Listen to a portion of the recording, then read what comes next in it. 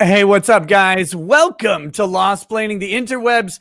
I am your host, Nick Rekieta of Rekieta Law, a small law firm in central Minnesota. And with me today is the human sunbeam, the Sultan of Pie, Ethan Van Sciver.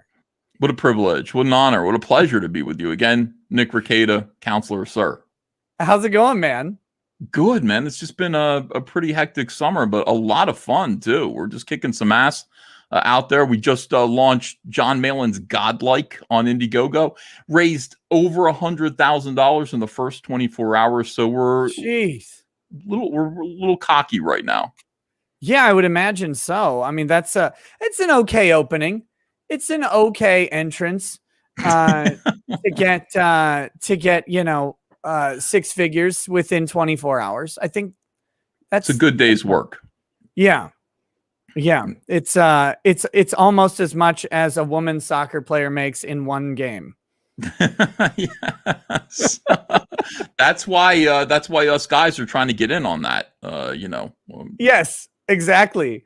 I'm rights. actually strongly considering slapping on a pair and putting on a woman's jersey and going and competing. I think you would be within your rights. I would support you in that. I really would. That'd be fantastic. Oh my gosh. But see, there's like, not to get too, what's in vogue today, but there's some strange issues going on in that community, in the transgender community today. I've heard a few things. Yeah. Those two things you've heard are Chris and Chan, I assume. Yeah, I heard about that. I heard she. She. We want to make sure the pronouns are correct here. We want to respect this transgender person's pronouns. They're not crazy. Can have Chris Chan. Yeah, we want to make sure that this person is not crazy. She, not he. She is fucking her mom. That's what I heard. Is that correct? That seems to be the case. Did you listen to the tape recordings where she is describing, only a woman knows how to manipulate another woman's. This is the thing. I mean, we try to as men, we try to learn, but we can never understand the inner workings of a woman's pleasure centers the way another woman can, who was comatose, 80 years old. We leave it to another woman to understand that. Respect. Yeah. Yes. It's an important thing to know biblically another woman, I guess. Very awkward, maybe unbiblical. I don't even know anymore. It is very biblical. And here's what I would like to say. Cain and Abel fucked their moms. So at the very, very beginning of time, right? I mean, where did their seeds find purchase, if not Eve? Yeah, that was a weird. That's an interesting conundrum with Genesis 1 and 2 in particular, because they talk about other tribes, and it's like, well, but where'd those come from? So I guess maybe that's where Cain went when it meant that he would walk the earth forever. He'd just become a woman and complain the entire time. I think that's likely what happened. Do you think he was simping for his mom when he killed his brother? It's like,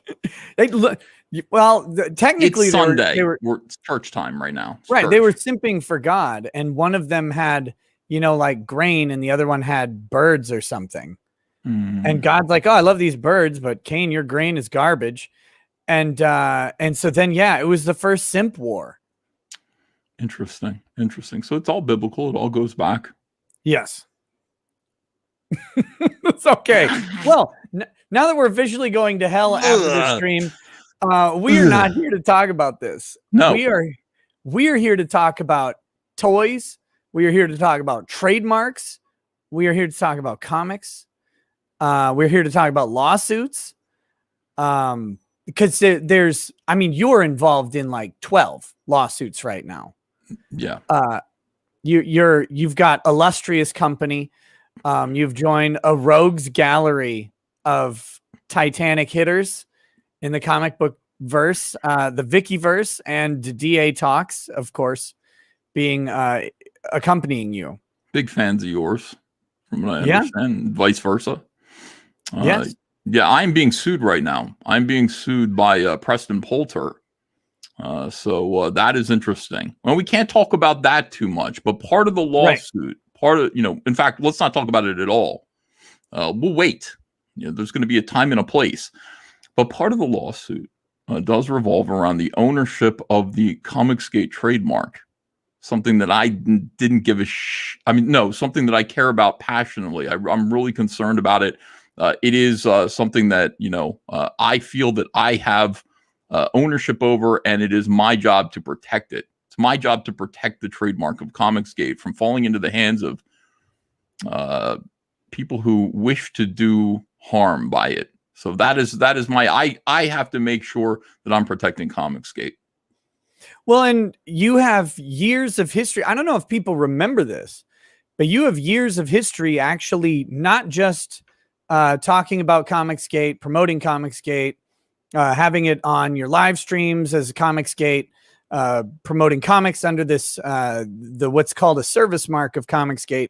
But you actually have defended it before. You didn't have to go to court, I don't believe. However, legal procedures were taken, or legal measures were taken to defend Comicsgate in the past. And I think people may have forgotten that that has happened. That was scary as hell. I had to bluff Fox Day. Out of backing down, threaten him with a lawsuit for the very same situation.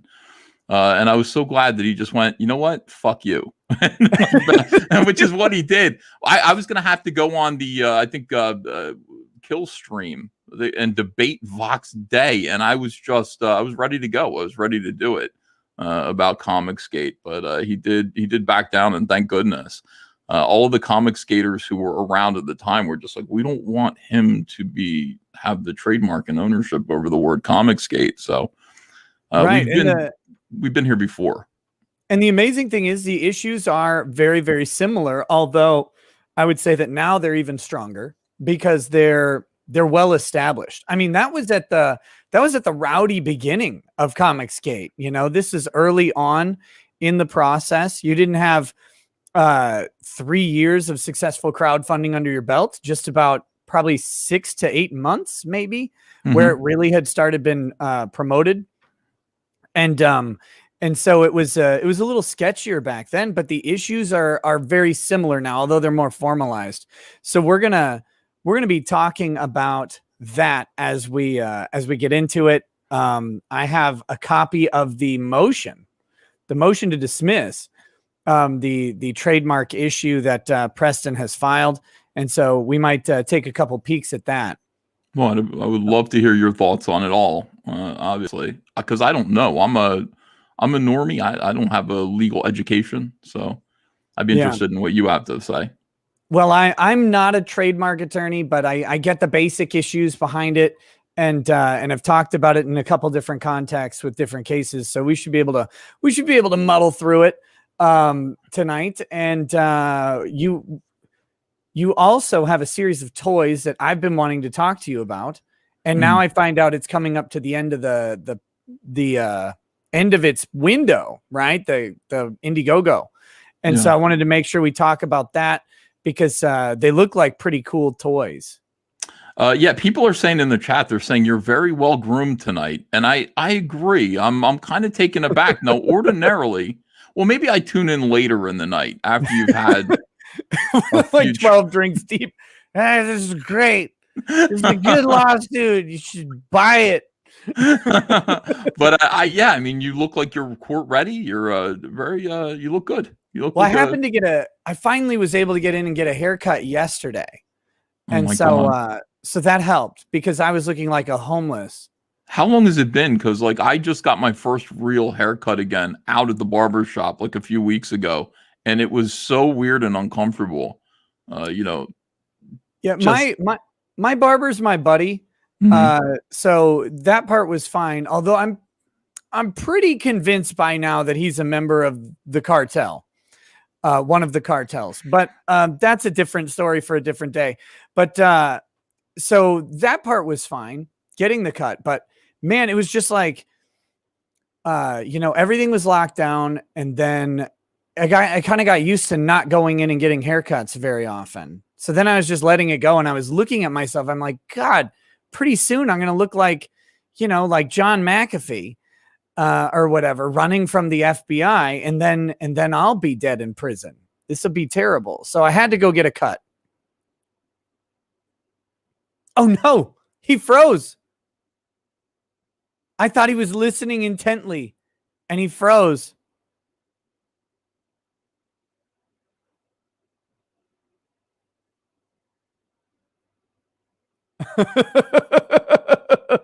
Okay, we'll wait.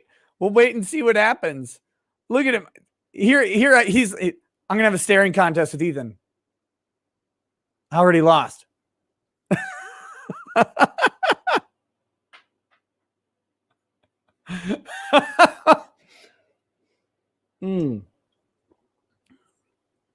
Oh my goodness. So, God, this is so weird being this close. But okay. Well, we'll take a moment here. We'll take a moment. We'll grab some of the early chats that have come in, and then we'll hopefully get Ethan back in just a minute.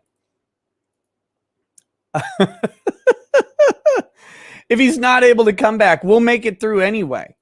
But hopefully he'll be able to rejoin. I'll keep an eye on it. I'm just waiting for. Let me get this set up.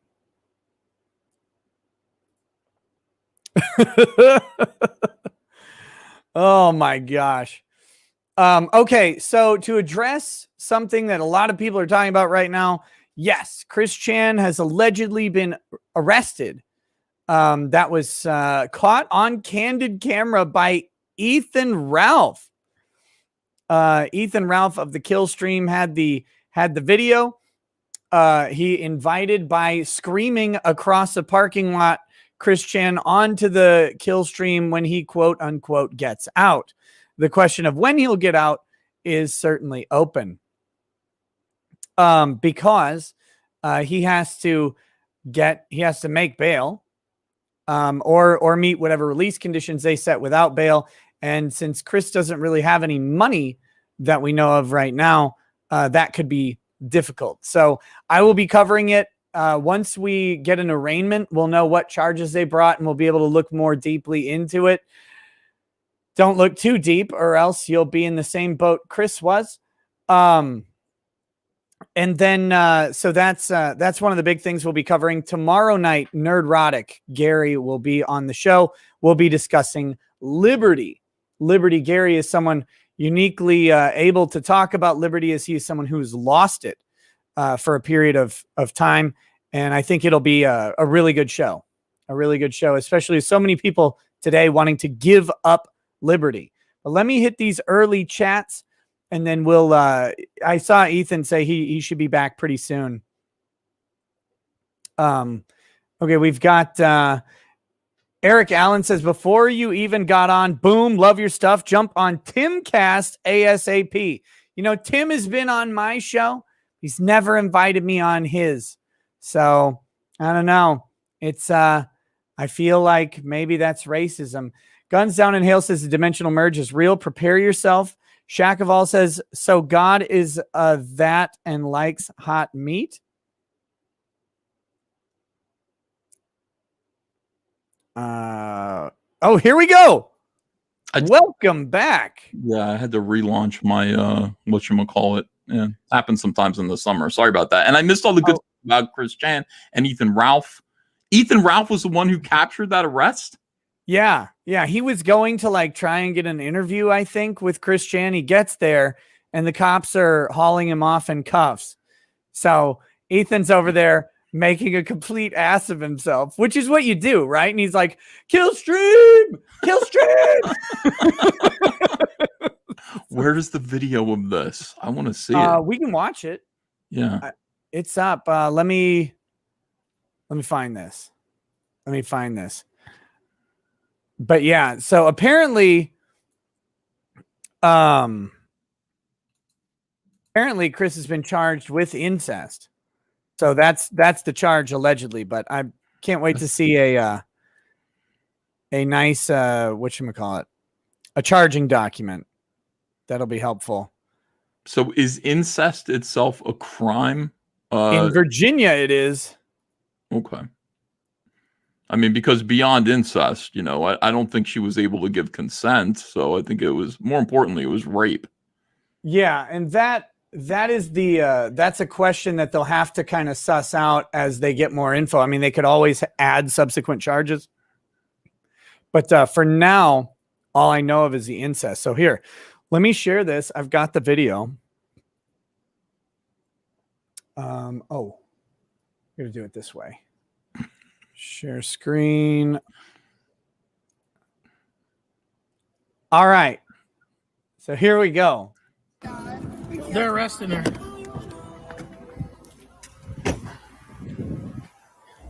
Even Ralph respects Chris Chan's pronouns. I noticed that. I was going to say. This is like a motel, or is it an apartment? It's a motel.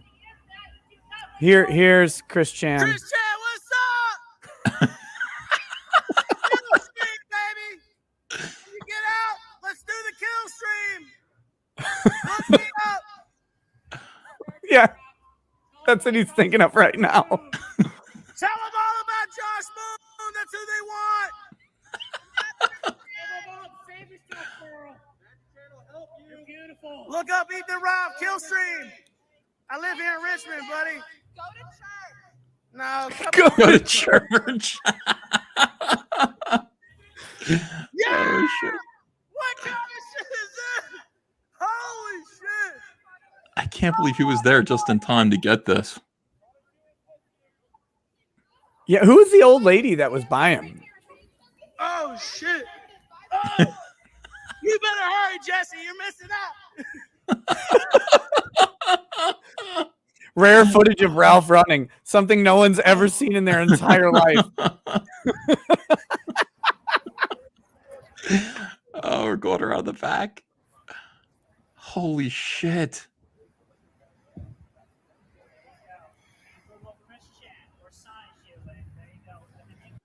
I heard the word Sonichu. Hey, officer. How's it going? The cops are laughing. I told you. Is the car alive? Is the car alive? I think so. Yeah, you appear to be compliant. Your goddess blue heart, and I continue to stand strong, and I maintain everything with quick fill in my side shoes and those shoes and everybody. Yeah, you're live to about 3,000 people right now, Christian. How do you believe? Well, don't. You're taking everything in stride. You said you're doing good? Yeah, I keep it good faith. Everything is going to work out. Doing good, feeling good? Well, How's the last few days been? I know it's been pretty stressful. Sorry, Ethan Ralph is out here doing Interviewing. journalism. He's out here yelling an interview. How have the last few days been? Oh, Jesus. Up until now, I guess they were, Hey, look, you got to give props to Ralph when he does it, man. He's doing work right here. He's got an exclusive interview with Chris Chan during the arrest. These officers are trying not to die laughing. This guy watches the kill stream. You know he does. Like, I'm Yeah. a Virginia boy. He's got that mustache. Keeping their heads down. Should we finish this? There's another 2.5 minutes. Yes, Okay. absolutely. taking it one moment at a time, and I got my loves. Well, that's good. Josh Moon, did you dirty? Oh, well, that's just the one thing. That's a kid. Feel free, just go ahead and take it. That's a picture of muffins for my little pony. I've never seen Chris Chan before. I've only heard legend. It fell off my back. I did not want to lose it. And please, I would like that. What's up, Jesse? Boy, we almost missed it, huh?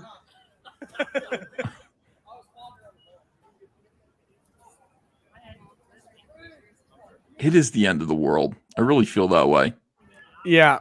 It's everything's coming together. The dimensional merge is real. Yeah. Dimensional merge. Someone does want to help. Yeah, we were I'll trying to get you explain. on the show, but look, when you get out, look me up. Killstream. You know who I am or not? We saw what Josh was doing to you, so we wanted to come try to talk to you. Josh Moon of Kiwi Farms. Right, the former owner before Matt Jarbo bought it. Okay. I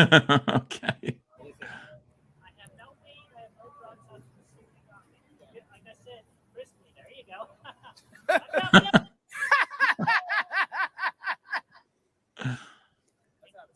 Christine, is the merge coming? All right, It's happening now. We're on the very the line merge, of red. it's happening right now, isn't it? Right now, it is. We're living it. It's happening right now. They putting him in the front Farewell, seat? Chris Chan. That's the back, right? The front is no. Well, there goes Chris That's the front Chan seat. into the Henrico Oh. County Yeah. Yeah, right up Star front. here. I don't think they've had an arrest like this. We just got here too. This is like the first time that no one's filming the police. Someone's literally filming the police. Mm-hmm. That was a weird statement. Which one of you wants out question? What is the deal with Chris Chan? Has Chris Chan been in the public eye since she was a child? Is that what this is? I mean, what? I don't understand. No, Chris Chan is a comic appreciate book y'all taking creator the time with to hear me pedigree answer. to rival yours. Wow. That's what I understand. Yes. Yeah. was that?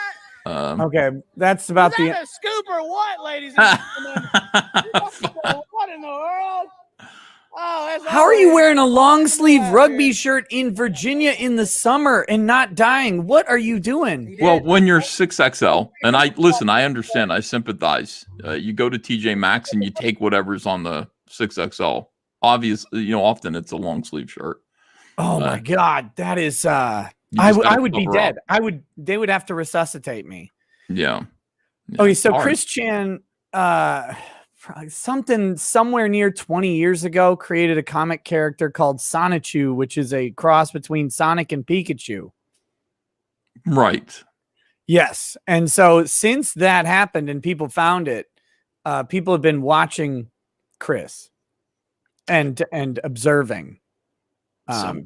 Were these comics published? I mean, do they look like comics? Can you buy them? Like, where is Sonichu? I think it just exists on the internet and in the minds of all people everywhere, because that's what Chris was talking about with the dimensional merge was coming. So Chris created this universe, Quickville, CWCville, whatever, it doesn't matter. And this universe that Chris created, she believes it's real. And that it's a separate dimension and that our dimension will merge with it. And then what? Like, what is this is the dimension where Sonichu lives and all of the cartoon characters? Yeah. Okay. So Yep. that's the dimensional convergence. And then what's going to happen? I don't know. I guess Chris goes on to become God. Maybe something. Well, this is just, I don't know, just a monkey wrench in the whole works. Having to go to jail for fucking your mom. Yeah, that's the problem. it's a tough sort of hurdle to overcome on the quest to godhood.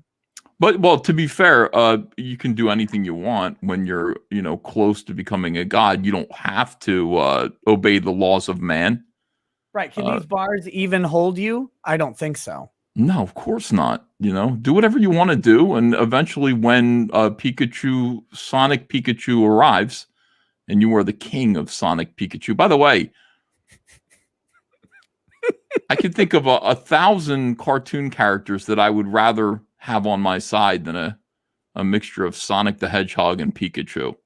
And that's why you'll never be as famous, handsome, or successful as Chris Chan. Touche. Pick the right ones right out the gate. But anyway, so yeah, it's just a massive disaster going on. I'll be watching it. I don't know how much we want to talk about it tonight, but that's what everybody's talking about. And it's going to be a big story over the next couple days. So we'll see. We'll see. And then it'll go away for 8 months while they wait to actually get a court date.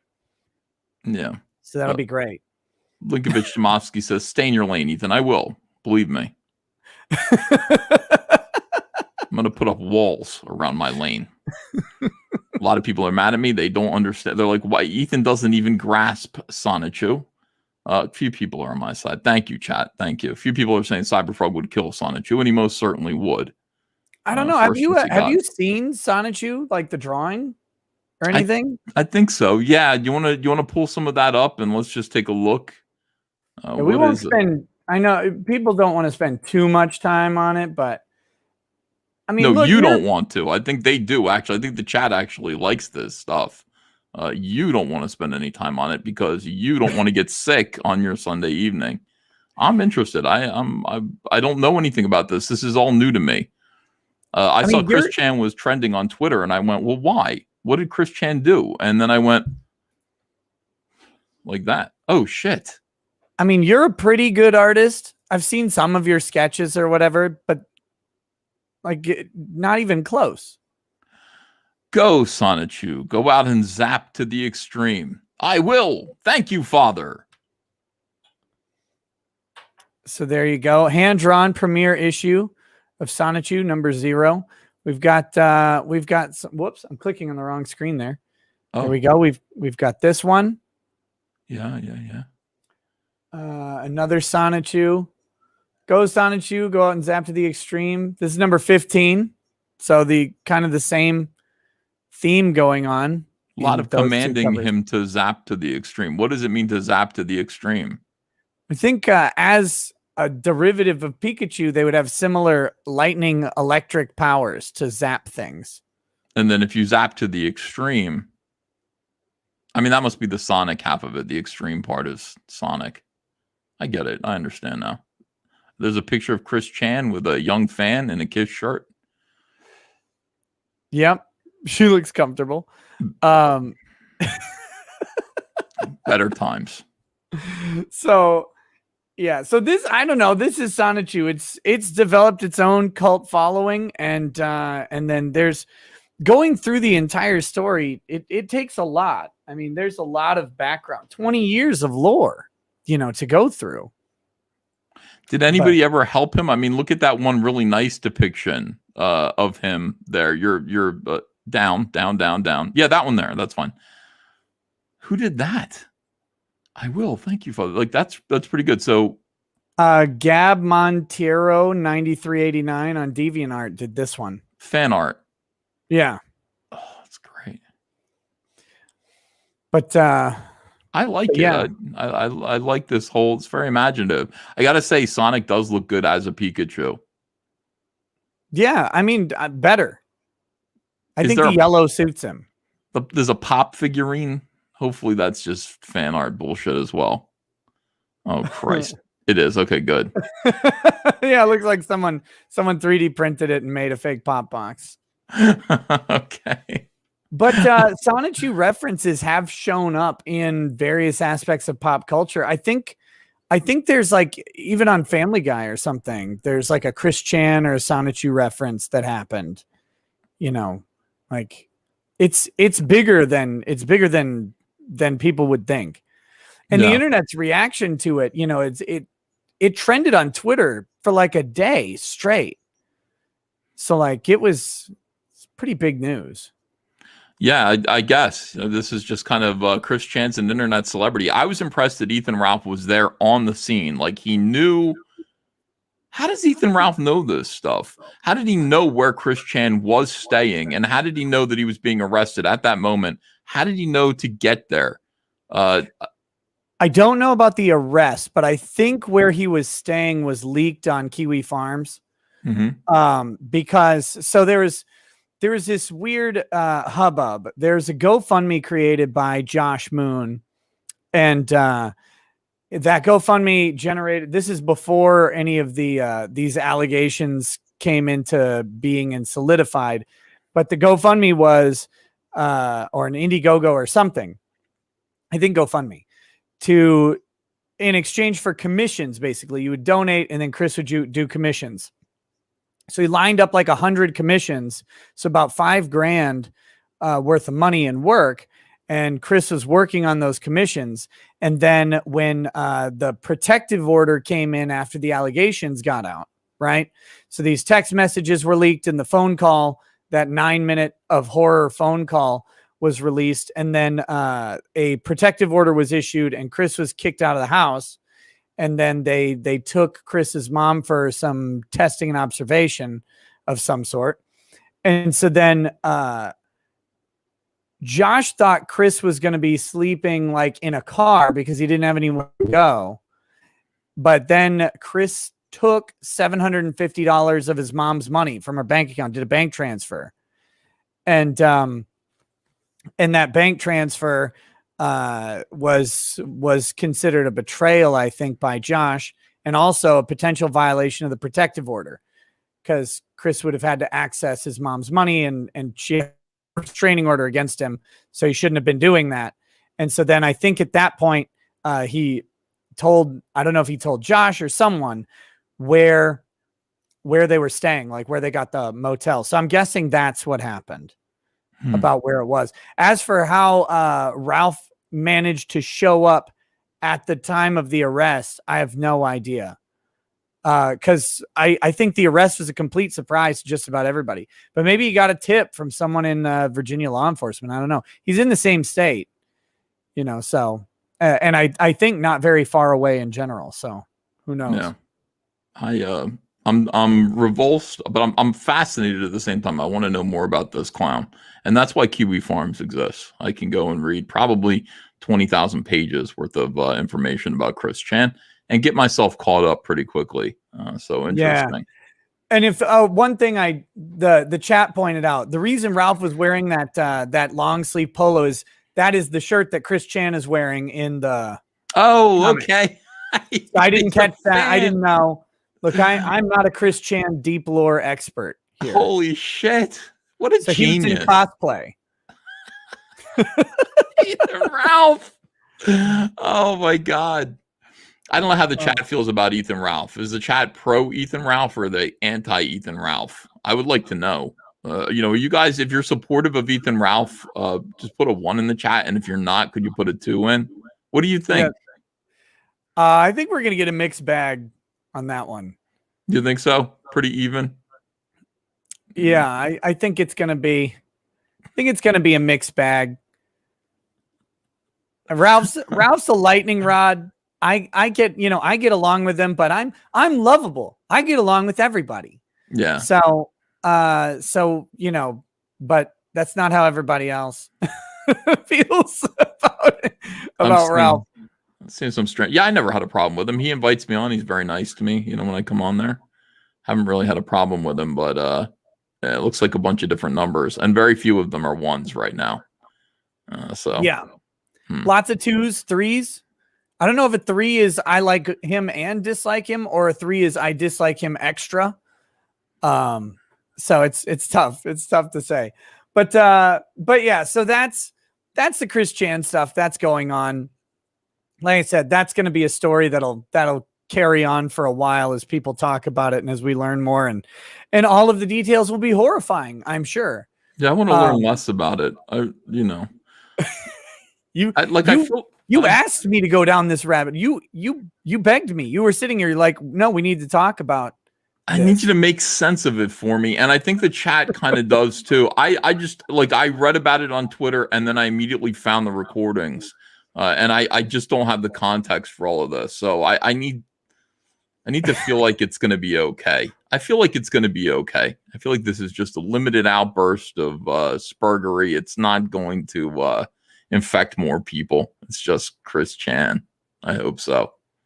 Yeah, it's an interesting thing, and there's all sorts of potential tie-ins. I mean, the chat has lots of theories about, for example, like how much Josh knew about the situation, because he's had contact with Chris for a while. He used to talk to him, I think, over the phone or something, but that's been a bit. But he's had conversations with him via email and stuff like that. So there are other characters involved. And of course, Josh and Ralph hate each other. like dramatically hate each other. Oh, I didn't know that.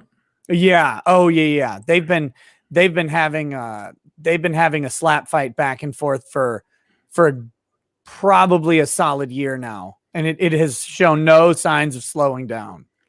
You know, for the people in the chat who are saying I only have room for one fat Ethan in my life, could I just suggest that it be me? I would like to be the fat Ethan in your life. If you can only handle one. Now, if you can handle two, maybe Ethan Suppley, you know, also me and Ethan Suppley. 3, go ahead and bring in Ethan Ralph. I'm just saying. Some of you have enough love in your hearts for plenty of obese Ethans. I mean, I salute you guys. God knows. It's a beautiful pitch right there. Look, if you only have enough room in your heart for one fat Ethan, let it be me. Yeah. I'm your Huckleberry. Yeah. I'm your Huckleberry. Okay, so let me hit a couple more of these chats real quick that came in before the show, and then we'll get into this. I guess let's hit the trademark thing. Let's get the background on that, and then we can talk about the filings and stuff. I'll bring them up on screen. So we've got Maddie Ice says, can CWC identify as not being related to Barb? I believe she was booked as female. I'm not really joking. Would this be tenable? Okay, so yes, they do have Christine booked as a she. That is the booking screenshot I have seen, that her gender is listed as a she. Now, people are making a lot of the gender of Chris Chan. Some people are saying the incest statute doesn't apply to women, only to men. And so the mother and daughter thing doesn't apply. I read the statute. I reread it after people brought that up.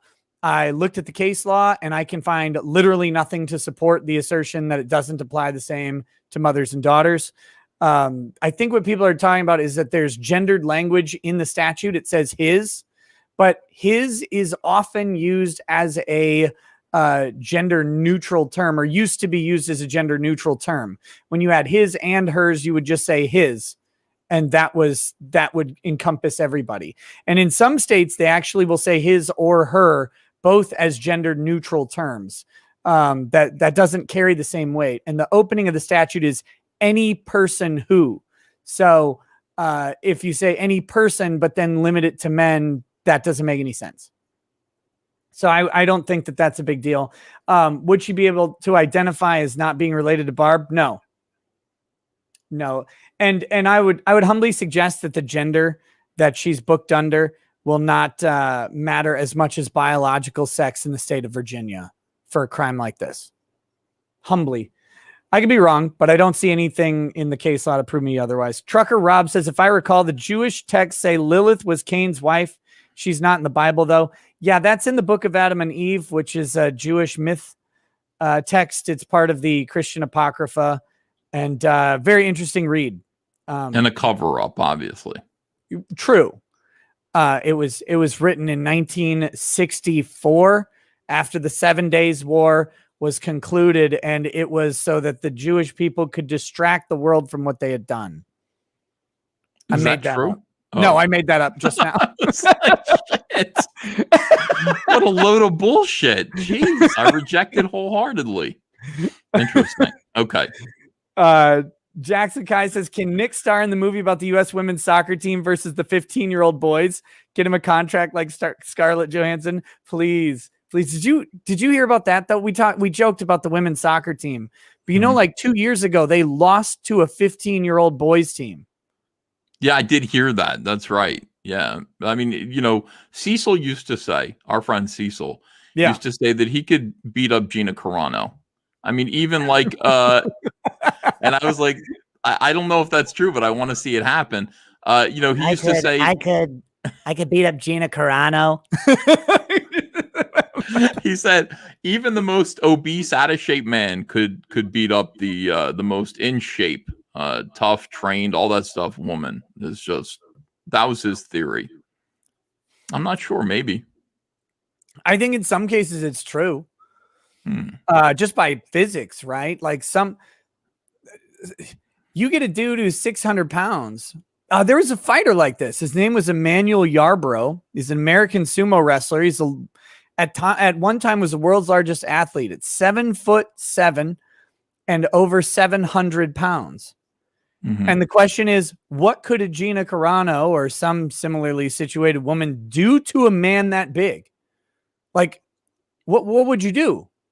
They don't have the leverage. They don't have the weight behind their punches or kicks to affect a man that big, no matter how out of shape he is.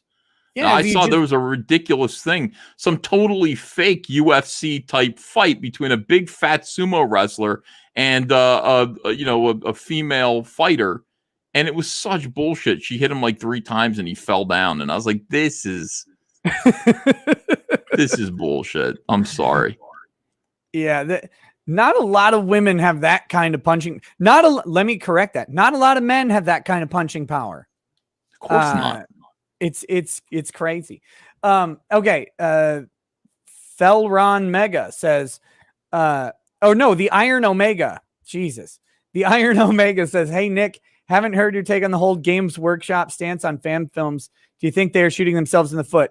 Yes, I do. I think they're being ridiculous. I'm hoping to have a good guest on to talk about it this week. Stay tuned. We'll see. Otherwise, I'll be releasing my thoughts on it very soon. It's UK copyright law, so it's way out of my wheelhouse. But I think from a business standpoint, it's a really stupid move. Jose Gonzalez says, "Woohoo! The men's USA soccer team just won the Gold Cup against Mexico. No woke BS in the whole tournament and was watched more than the Olympics. USA. Cool. Awesome. There we go. Okay, those are the early chats. Can I just tell you something that you don't know? Why am I echoing? Is that me or you?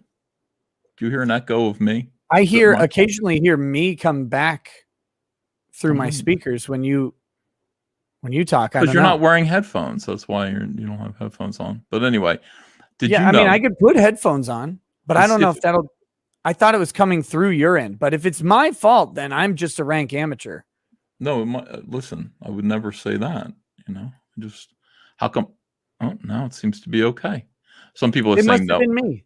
No echo. It must have been. I must have been hearing things. But you ever watch Muppet Babies?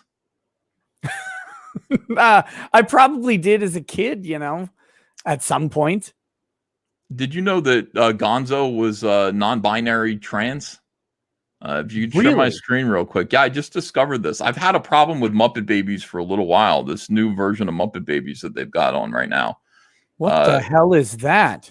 This is Gonzo's real self. Children's TV show Muppet Babies has sent a heartfelt message of love, acceptance, and validation to gender non-conforming kids everywhere. There are lots of those, right? Gender non-conforming kids. I mean, I can't think of a more common category. Yeah. So in any case, I'm not sharing my audio right now, but Gonzo comes in and hold on a second. They bring him a slipper and they're like, we can't find the princess who fits this slipper. And Gonzo says, I've got a secret for you. The slipper belongs to me. Gonzarella. So I rise from my queen Gonzo. Oh, God. Y'all, this non-binary Gonzo is here. And they're celebrating the... I rise for my queen Gonzo. First of all, that person belongs on the wall. Just, I don't care what Muppet baby gender you are. You don't rise for a Muppet baby unless you need to be on a registry. What is that? This is all bullshit. I don't know what it is with this show, but I got angry originally. My daughter watches this show. She loves the Muppet Babies. And they didn't have enough female characters, so they just added this penguin. What the fuck is this? This penguin. Now, the whole thing about the Muppets is that all of them are mentally ill. I mean, that was what was funny about Jim Henson. Like, each one of them had deep neuroses and psychological defects. Yeah. Summer the Penguin doesn't. She's just like, hey, everyone, let's go play. She does look like she's in the headlights of an incoming bus. Oh, I wish she were. I'll push her there. She's a terrible, terrible character. It's just, not a big deal, but it just kind of went along with my whole thing, my whole like philosophy of how like SJWs cannot create characters, and how dare they fuck with like Jim Henson's, ingenuity. I mean, this guy could create great characters. They all had. I mean, you could say, what is Miss Piggy like? Who is Miss Piggy? She's a consummate narcissist. I mean, like, that's what Miss Piggy is. She is narcissism. That's correct. That's perfect. It's just as simple as that. She's profoundly flawed. She doesn't realize that she is a fat pig, and she thinks she's Marilyn Monroe, and she's in love with a frog, which is fucking weird. What is why would that be weird, Mr. Van Sciver? I hear you have a particular affinity for frogs as well. I know, I caught myself up there, didn't I? Another fat pig who likes frogs. You've been caught in 4K there, buddy, with your hypocrisy, and you're going to have to get it out of here.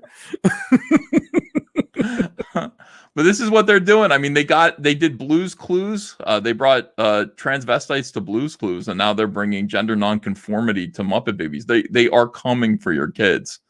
These people are just coming for your kids. Literally, probably too. But they are actually. Oh, God damn it. Sorry. You just brought up a great point about the Muppets that I never really realized. Like they're all just various disorders of some sort. And like and I think that's good. Like Animal is obvious. He's like oppositional defiant disorder and probably some reactive attachment disorder. Like that's amazing. These are like kid diagnoses made manifest that kids could all identify with. That's correct. And now Gonzo is there to be the trans kid. What the hell, dude? Gonzarella. Oh, maybe it's time. Maybe Chris Chan was right. Maybe God. No, Gonzo, please hear me out on this. Okay. Gonzo needs to transition fully and have an inverted nose. Oh, shit. If they don't do that, then they screwed everything up. Get that nose. Oh, my God. That would be so inspirational. Like, I've had enough of this. It's coming off. Oh, my God. Yes. And build an innie. He's got just like a slit in the face. Every time he breathes, it opens. We can't do this anymore. We can't allow these people to make cartoons for kids. I went through a whole thing today explaining why He-Man was about the patriarchy and all of that stuff. I mean, just the opening credits of He-Man are spectacular. Very simplified. You mean just the new one, of course. No, I mean, the reason why the new one exists is because the old one existed first. I mean, anybody who really looks at the original He-Man, if you are a third wave intersectional feminist, is going to find it to be extremely problematic. It's called He-Man, okay, macho masculine men, and the masters of the universe. In other words, macho men, masculine men, testosterone rules the universe. And you watch the whole opening credits, and it sums it all up, Nick. I mean, if you watch the first, like, it's 20 seconds. Do you want to go through it with me? Yeah. Okay, I just pretend that you do. I like that about you. You're like, I love He-Man. You do? The original. I'm not like, I cannot categorize myself as a fan. Like, I don't know everything about He-Man. But I mean, back in 1987, 88, 89, whenever it was on, I was watching those cartoons. Like, I was watching He-Man, Transformers, G.I. Joe. But it was in the days before DVR, right? So I didn't catch every episode. I just caught all the episodes I could. I loved watching them. Well, I watched the Herculoids. That was a great show. Was it? No.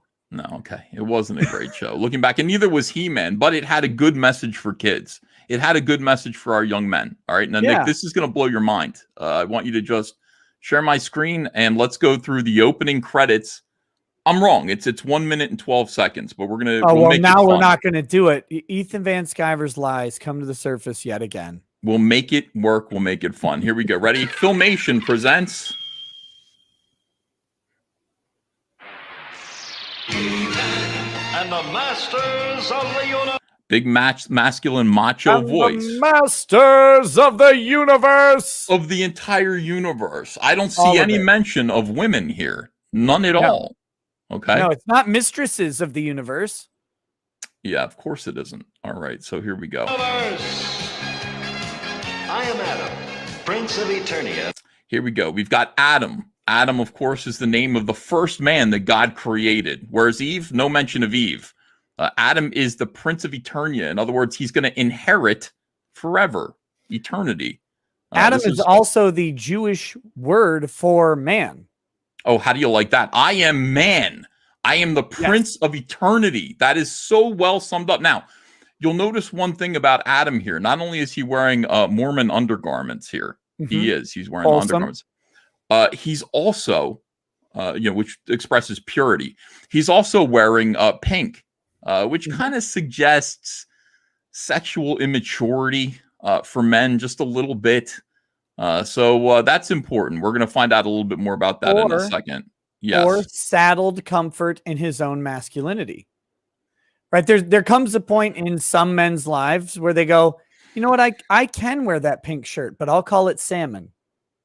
Yeah, that's not. See, no, that's soy.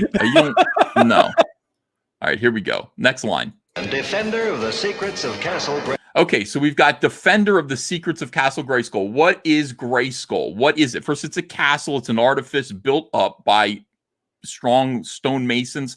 It's Castle Grayskull. Gray meaning old, okay? Deceased, perhaps. Yeah. Skull meaning, it was built on people, by people who are long since gone. This is the artifice. This represents the society, the functioning society that mankind has built. This is the status quo. Castle Grayskull represents the status quo. And also, it's got an interesting Grayskull kind of brings a little bit of skull and bones kind of a fraternity kind of thing to it, doesn't it? A little bit of you're in the club here if you're a part of Castle Grayskull. And he's defending its secrets. It has secrets. It has lore. It has knowledge behind it. It's contained. And we know that if it needs a defender, the presumption is that knowledge, that arcane secret is desirable. It is something that it merits defense. And not only does it merit defense, but we know that it merits defense from the primogenitor man who will inherit eternity. Correct. Here we go. Grayskull. This is Cringer. This is Cringer, his fearless friend. Okay, now this can be interpreted in one of two different ways, and I'm gonna tell you how you can look at this. Now, first of all, you can see Cringer as a virginal woman. It's a pussy. It's literally a vagina. Yeah. Okay, has not been penetrated yet. That's one way to look at it. Or you can look at Cringer as representing men who need to be led by a stronger man, men who are just looking for leadership. Okay, in order to go into battle. But frankly, I prefer the pussy interpretation. I had to say this in my own live stream. Yes, my wife was listening upstairs and was concerned. She's like, why do you keep saying pussy? We'll get to that. Okay, so that is what Cringer is. Because I kind of like the second one because as the man who needs leading, because when He-Man activates, when Adam activates and becomes He-Man, and becomes the alpha leader that he ultimately is, then Cringer also becomes powerful and brave. You're about to I'm going to tell you why. I'm stepping too far. You're jumping too far ahead. Okay. You're missing some clues. You're missing some references that are going to lead you right where you need to be. Okay. So gotcha. I'm Cringer, my fearless friend. Fearless, of course, is sarcastic. It's being sarcastic here because Cringer is terrified, a little bit like a schoolgirl, okay? Afraid of becoming an adult, of all of the things that go along with that. So here we go. My fearless friend. Fabulous secret powers were revealed to me the day I held aloft my magic sword. Okay, now he is actually pulling out his penis. This is a young man who is learning about masturbation for the first time. Okay, so he's pulling out his magic sword. He's realizing his fabulous secret powers of procreation, but also just orgasm. Okay. It's great to be a man. It really is cool. Is there any issue with the word fabulous? It's a little gay. Fabulous powers. Fabulous secret power. A little gay, but you know, I don't know. I Okay. don't know what the he's still wearing pink. So He all right, is. It's salmon, Ethan. it's salmon. Okay, here we go. By the power of Grayskull. Okay, because of the traditions, by the power of Grayskull, based on the traditions that have been established by men who are long since dead, men who have empowered other men, young men like me, to take over and become, the princes of eternity. By the power of Grayskull, he says, as he's holding his penis, and as you can see, semen is about to, okay? Yeah. Boom. That's orgasm. There's an explosion. Yep. Right. Okay. So the lightning represents a couple of things. It represents seminal fluid, and also it ain't white for no reason. This is literally white power that's coming out of his sword. Yeah. I didn't create this. Don't blame me. This is not. I'm just interpreting it. Now, is the white power you're referring to as the power of semen or the power of racism? It is both, I believe. It's possibly both. It's open to interpretation. Again, this is not, I'm just saying what I'm seeing here. Okay. And gotcha. I think what was intentional. Look, I see an 8 in here.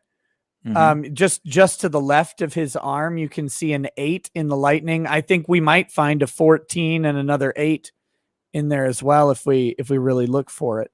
Interesting. Okay, here we go. Boom. Suddenly there he is. He's a full-fledged man. He's wearing an iron cross on his chest. I don't know what that's indicative of, but a little strange. And he's now the master of his penis. And again, covered with white power all around him. And blonde-haired, blue-eyed.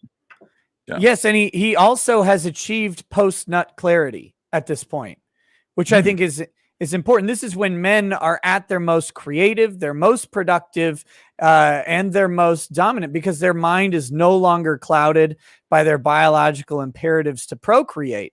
So they're able to accomplish, and that he had to reach release prior to fully realizing himself as a man of action.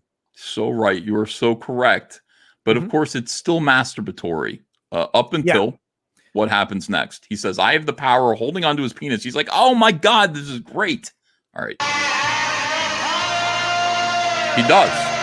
And then the point of penetration. This is when he's actually now having sex with, a woman for the first time. And because he does this, you can see, boom, just shot his load right into the, into Cringer, just all over her chest or whatever. Right. You can just see, what do these look like? They look like sperm. They look like sperm cell flying everywhere. That's not a coincidence, on an accident. And the blast is so powerful that it is actually ricocheting and bouncing off, like some of it, most of it's going in to her, but you have some of this leaving the area. That's potent. Of course it is. Now watch what happens to Cringer. Battle Cat. Okay, so now we have put a saddle on the woman and we are able to ride. We have tamed the pussy. It is now fully fledged a partner. A woman is a partner. And yet at the same time, we've thrown a saddle on it so that it's going to be able to be ridden more frequently and without fear. Right. Okay, Mountable, 100%. Okay. Cringer became the mighty Battle Cat, and I became He-Man, the most powerful man in the universe. Take this, you cuckold. All right, boom. Lou Scheimer. What a great guy here. I just want to shout out Lou Scheimer, executive producer. This is all here. These are obviously his ideas. So why is He-Man necessary? Why is he important? Why does he need to do these things? What is the purpose of being a man? And I'm going to show you. Only 3 others share this secret. Ooh. Our all right. friends, the Sorcerer. The Sorceress. Beautiful, mystical womanhood. Fertile, divine goddesses. Real feminine women. Sorceress and the magic of femininity. They understand. Real women understand that men are the masters of the universe. Okay? And the magic of short shorts. Yes, indeed. They are magical. Yes, they are. Who else? Doris. The military, man-at-arms. Yep. Man-at-arms also understands the secret that men must rule the universe. And so this is the military. And he's recognizing, of course, the power and necessity of violence in the hands of capable and wise men. Yes, of course. Of course. That's all in here. It's all implicit. And it's necessary for what we're going to see next. Orko here. What do you think Orko is? Does Orko represent a condom? Kind of? I think it might be science. Because you know what they say? Like, science is magic that you don't understand yet. Yeah. All right. No, yeah. wait. Magic is science. Magic is science that you don't understand yet. So I think he is science, right? Like in learning and research. Yeah, I like that. And that, again, something that men excel at. And, people bring up a few women like Madame Curie and stuff like it. Yeah, they're the exception that proves the rule that most human progress has been engineered by men. All right. So why do we need to know all this? Together we defend Castle Grayskull from... All right, now this is the thing. Together we defend Castle Grayskull, so mankind's traditions, morals, our laws, our ethics, everything that we built up, we need to defend it from filthy, disgusting, fish-mouth feminists. Oh, filthy. That looks like Leslie Jones. Feminists suffer from fish mouth. And then, of course, this is your standard. Oh, my God. That looks like Leslie Jones, too. Yeah, you see. Just standard, Twitter SJWs. And what do they want to do? Well, they want access to, they want control of the traditions. They want control of society, essentially. Now, who gives them control? Because ordinarily they cannot get into Castle Grayskull, but for this, Skeletor. Now, Skeletor represents a weakling, weak men. Oh, I thought it was Kate Moss. Because of the thinness, but okay, so weak men though. Got it. Right, exactly. No muscle. Well, I mean, in the 1950s, they'd go, "Hey, Skeletor," to a skinny little guy. They did that in the 80s too. In the 80s, all throughout time, Skeletor. We think of the word Skeletor, we think of this, but Skeletor actually means a male weakling. That's what the expression's always meant. So weak males, soy boys, are the ones that are necessary in order to allow access to society, to good normalized society, to fucking weirdos like Beastman and Merman and whatever Trapjaw is meant to represent. And what is Trapjaw meant to represent? Fuck, dude, look at that guy here. Trapjaw is meant to represent the trans community. Oh, because of the trap. I didn't even think of that. God bless you, Nick. Thank you. Well, sometimes there's a coded message in there that I can't find. But that's what this is all about. You understand. This opening theme sums it up. It spells out a boy's mission. Your job is to be a man. It's to tame women. It's to make women your partners. Women are to be respected. They understand. Real women understand that men are the masters of the universe. We need a strong military to protect society, protect America. That is what the status quo, that is what Castle Grayskull represents. And it is your job to stop these soy boys from allowing weirdos access to everything that normal people have built. And that is what He-Man is. Evil forces of Skeletor. Evil forces. Very evil. And there it is. And, once you see this and you have been red-pilled to He-Man, like I've just red-pilled your entire audience, 1,550 people are now seeing, they're through the looking glass. Now you understand why Kevin Smith was ordered to do what he had to do. You got to tear it down.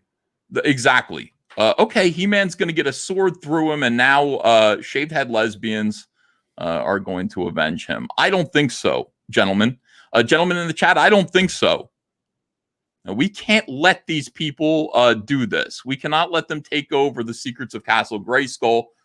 Metaphorically speaking, we must defend Castle Grayskull using our penises and white energy. And what else? Science. I think penises and white energy is probably enough. Yeah. All right. So that's anyway, today was church for Comic Artist Pro Secrets, and I taught them a little bit about He-Man so that they could understand what exactly was being taken from them by the new Netflix cartoon. No, and I think all jokes aside, I think it's critically important to understand that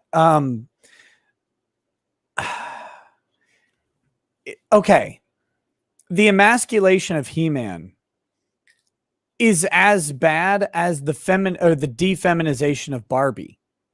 Oh, yes, indeed. It's the same effort. The trick with the defeminization of Barbie is it's the same as the emasculation of He-Man. They're appealing to the weaker of the genders, the weaker members of each respective gender, right? Like, so when they took Barbie, they're like, girls, you'll never look like this. And of course, there are women out there like, what the hell? Like, I work really hard to look like that.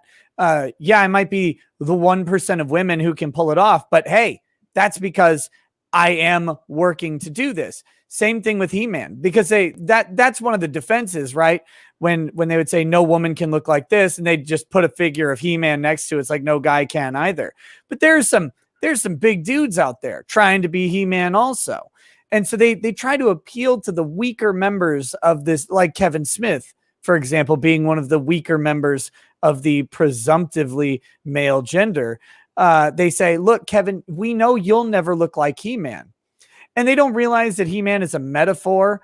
Like, you don't have to look like He-Man to be a man of action, to be a man of strength, of courage, of protector of secrets.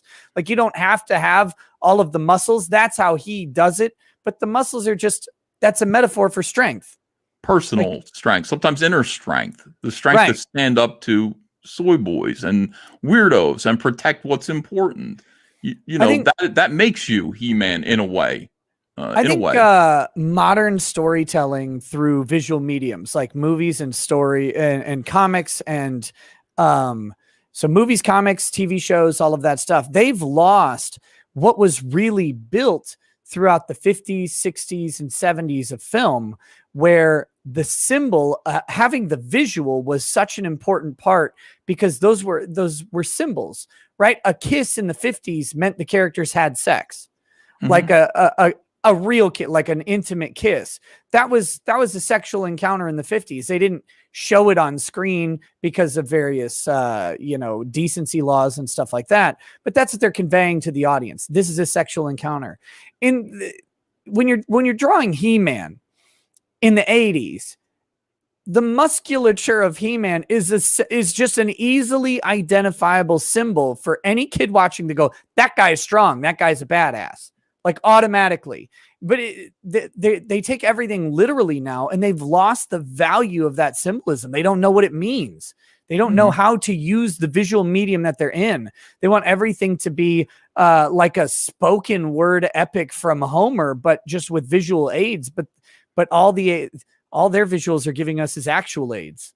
That was great. Very good. There are people in the chat who are very upset with me. They're saying, but Skeletor is actually just as big as He-Man. Again, it's all a metaphor. The fact that Skeletor is muscular just means that he's an imposing threat to Castle Grayskull. He is muscular, so physically he can fight with He-Man, but really it's not about physicality necessarily. But he's big and imposing, but he doesn't have the muscles. He doesn't have the strength. He's bones. He's just bones, but he's a big set of bones, but he has to be imposing because He-Man is such an ass kicker. Yes. How do you like that, Nick? Do you feel like you've learned something today? I do. Do you want? You do. You asked a yes or no question. All right, let me sell some frog toys. Some frog toys. Talk like a lawyer. You got to ask me, what did you learn today? What did you learn today? All right, what did you learn today? This is something I've actually learned several times when you're on, and you may think this is a joke. The audience may, but let me assure you, it's not. It's that when men get together who actually love something that exists and they analyze it, you realize like how much goes into it. Not everybody may buy your interpretation of the He-Man intro, but I bet most people who watched that He-Man intro never thought that there was any meaning to it, but somebody actually wrote the words. Someone storyboarded out that intro and they said, this is going to be at the beginning of every single damn episode of this show. What do we want to say? And that's what they chose. And so you actually do need to look at these things and really say, why did they choose it? And I think when people do, they find real meaning. Like they'll actually find that these things were chosen by some really smart people, making decisions that they felt were important to convey messages to children. And some people take that job pretty damn serious. Yeah, I agree. I honestly, I think I'm 100% right about the He-Man intro. I think I'm joking about it, but it's definitely there. It's definitely true. No, I'm just saying, like, I'm not disagreeing that you're right. I'm just saying that even if you're not, or even if people aren't willing to accept the truth of what you say, maybe that's the better way to say it. Even if people are unwilling to accept the truth, there is meaning there. And if they spend some time, they can derive that meaning. They can try and figure out what these people were trying to tell people. But everybody writes off like 80s kids cartoons as these little hokey sort of story delivery guys. I met the guy who approved all these scripts back in the 80s. His name is Sidney Iwanta. He worked for the TV production studios, and basically all of the family programming from the early 80s to the mid 90s, he would greenlight the overarching script for. And he came to our college. He talked to my screenwriting class, and he kind of told us how he fell into the job. He was an English major and had no idea what he was doing. They sat him down. They said, Sidney, can we show this cartoon to kids? And they handed him a script. And so he went through and like did this big like deconstructionist like breakdown of the script and handed it back. He's like, here's all the problems with it. They're like, no. Listen, wow. Can we show this to kids? Like, is this okay to deliver just these basic messages? And so then he started relooking at it. He's like, yeah, this will work. You might have to change this or this. And that was his entire job. Like everything, not just cartoons, My Little Pony, Transformers, He-Man, G.I. Joe, Full House, stuff like that. He was going through all of it, all family programming. He was the guy. So, but there was actual thought and work put into what was coming out of these shows. I think people write that off because they seem hokey today. They seem hokey because they use symbol. Anyway, I'm preaching too much here. I'm preaching way too much. Let's pull up your Indiegogo for these frog toys. Oh yes, I got toys. Here's the thing. My response to weirdos destroying pop culture is just to make a pop culture that's weird, but it isn't, subversive in any way. Well, maybe it's subversive of the culture that they're trying to subvert. But I've been working with Comicsgate, which is very important to me, to allow other creative people who are not soy-based to create alternative media. We can complain about this stuff all day long. And we've complained about it for 4 years and it's gotten worse. They just laugh at us. The Nazis are saying that, what we just did to He-Man is bad, so it must be good. We pissed off all the right people. The only way to really do anything about this is to walk away from it and create our own culture. And so that's what comic skaters are working on doing. We're able to do it because it's only comic books. It's a good start. I've got Cyberfrog out there. We're going to try to make some action figures. Yeah. I've got them pulled up here. You are closing in on the goal.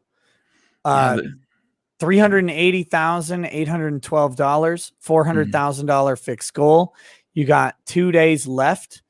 These are serious toys though. Yeah, I've got Cyberfrog here. I've got the actual Cyberfrog action figure, the Paint Master here. So you can see how big he is, how incredibly detailed he is, and he's very, very posable. So that's what we're trying to mass produce. You can't do this. I mean, ordinarily, the idea of making action figures that are as good as Hasbro toys And by the way, Hasbro is going to gatekeep people like me out because they're currently their mission is to teach critical race theory to kids through their toys. I don't know what the fuck is going on anymore. So we have to do it ourselves. What happened to the mission of a company being, let's make some money? Yeah, like, what happened to that? Great? Like, I know what we should do. Like when they get to the board meeting and they go, okay, what are we going to do here? What's our goals? What's our goals for 2022? And one guy just goes, hey, we got a lot of shareholders. How about we just like try and make some money? Like, why don't we license some good properties and make some good toys and put them on the shelves and see if people buy them? So they take that for granted now. They just assume, well, the money's going to come. So while we're accepting their money hand over fist, let's see what we can do. Let's see if we can teach all white kids that they are racist and they owe a debt of, I don't know. They need to apologize to black people for something that happened 300 years ago. Let's see if we can include that into our action figures and our toys. And I just don't know why. There's something very, very strange and subversive going on in kids' pop culture.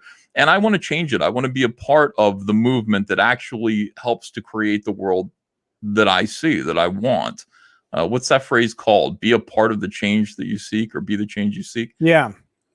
I literally want to do that. I want to be a part of that. So, we're working really hard. Fortunately, we have crowdfunding. We've got each other. We've got this network on YouTube, including you and including a bunch of other comic skaters who have YouTube channels so that we can get the word out and reach people. If you are somebody who is not, if you're an adult who isn't a toy collector, shame on you. You should be collecting toys. They're fun. But if you're a parent, and fortunately, this audience is made up of not a whole lot of childless weirdos like SJWs. A lot of us are parents. We have kids. Please get some Cyberfrog toys for your kids. And we're going to try toys. Not this shit that they're putting. Like, okay, so a lot of YouTube channels put out toys, right? Some of the big ones, like FGTV or that Ryan's World kid. Oh, that shit sucks. All those toys are trash. My kids, they want this is the thing that everybody's doing right now. It's the little mystery box. It's like, oh, you don't know what toy you're getting. It's like, thanks, assholes. 36 different ones. It's like, good. That means I'm tangentially approaching my target of owning all of them. My kids like the Roblox toys or whatever. These things break, they fall apart, they get lost all over the place. They're low quality, they're low energy. My kids like getting them, and then I've never seen my kids play with any of this stuff. These things, one, they're obviously for adults, they're collector pieces in some way, but they're also, I noticed it was a couple weeks ago, you added a lot of posability and articulability to the figures. Like you made them. Yeah. We will show the toys. Yeah, this is the thing. Like toy collectors really like the toys to be super articulated, and they already are competitive with Marvel Legends. But we've added a few more. Every time somebody complains and goes, he doesn't do this, we fix it, and it costs money to fix too. It's fucking crazy. But we put a ball joint in his neck. We've given him double jointed elbows so his arms can literally touch his shoulders. We've given him a bicep swivel. His toes are individually articulated. He's just a whole lot of fun to play with. It's just a really, really good toy. And the paint job is second to none. It's just spectacular. So that's Cyberfrog. This is the modern Cyberfrog that goes with the comic book that I'm making right now, that I'm putting out. Look at the toes. Look what they do. Look how cool that is, Nick. That's crazy. I mean, so again, growing up, like the most articulable toys I played with were Transformers, because they had they had to transform. So they had to have lots of little moving parts and joints and everything like that. But even so, like they're at the end of the day, that was all the function of the transformation. It wasn't actually the function of the toy's playability. You could articulate every single part of a transformer, but they couldn't Like you couldn't have one arm just like go across the chest. It was impossible to have their arms move the way you wanted. Some of them had two-handed weapons. You couldn't even have them hold them in two hands. It was their arms didn't go that way. It was like, what the hell is this? You've got swivels and joints and bolts all over this damn thing. The more I know, the more we, I don't know, the more toys evolve, the more people demand more articulation. And this is our first try. This is our first shot at actual articulated toys out of the gate. We did PVCs, which were very, very well received. They're like non-posable kind of miniature statues of Cyberfrog and Salamandroid, but we're going all in now, and we're going to try it. A lot of people said we couldn't do this. All right, so if we hit 400,000, which we're very close to, you're going to get those 3 sets of hands for Cyberfrog, and you're going to get an extra head as well, like a little swap out head. That seems. Nice I didn't know Indiegogo would let you give head to people for funding your. That was our ad. Free head. Get head from Cyberfrog campaign.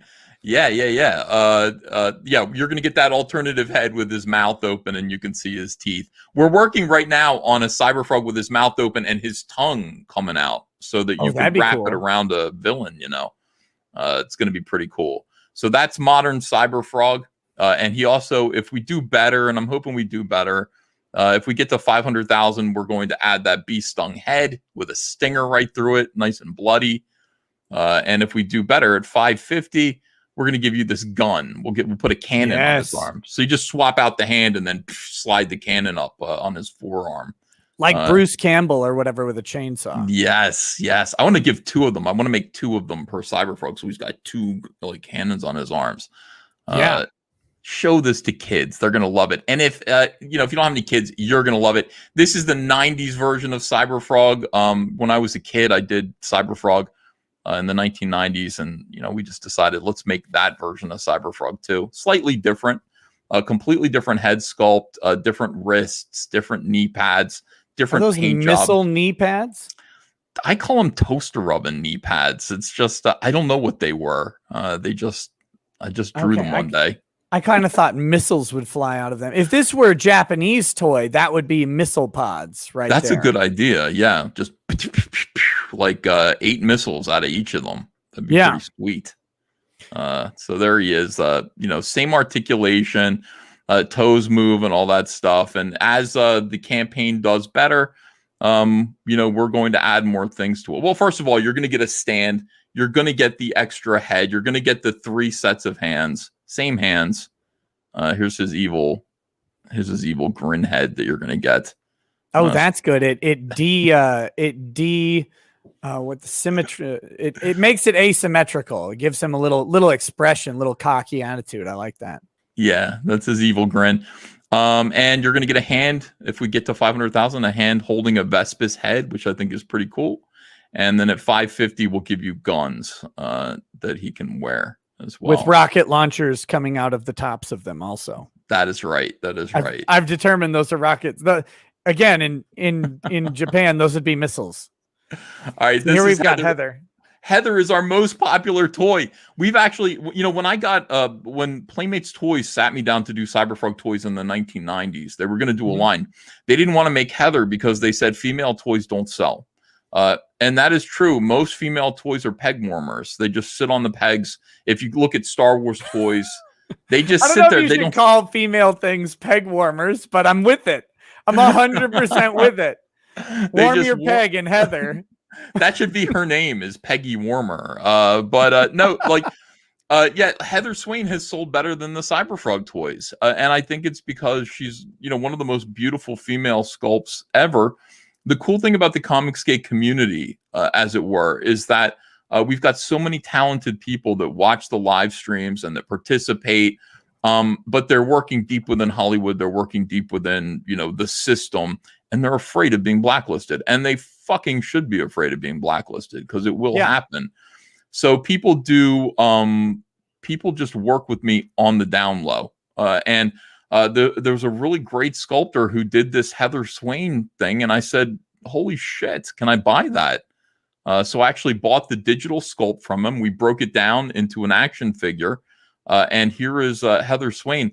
and she's just undeniably beautiful. She's a really, really great looking action figure. She looks like she's ready for war. You know, she's wearing the same clothes. I mean, you know, the world ended in 1998. It's now 2018. So they're all wearing clothes from that era, but they're all ripped up. I can't wait to see her articulable hands. Yes. Yeah, they're down there. We had a thing about trying to get her crotch right. That was not easy.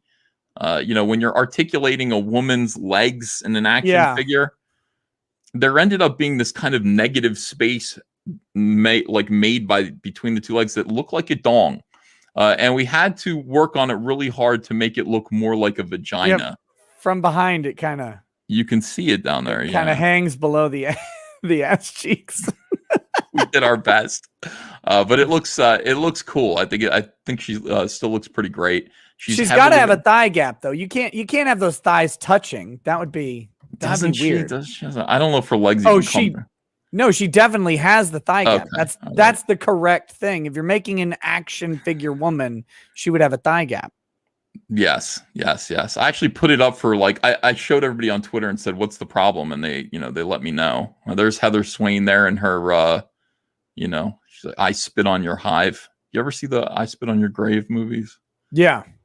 That's a variant cover for Wrecked Planet. That's nice.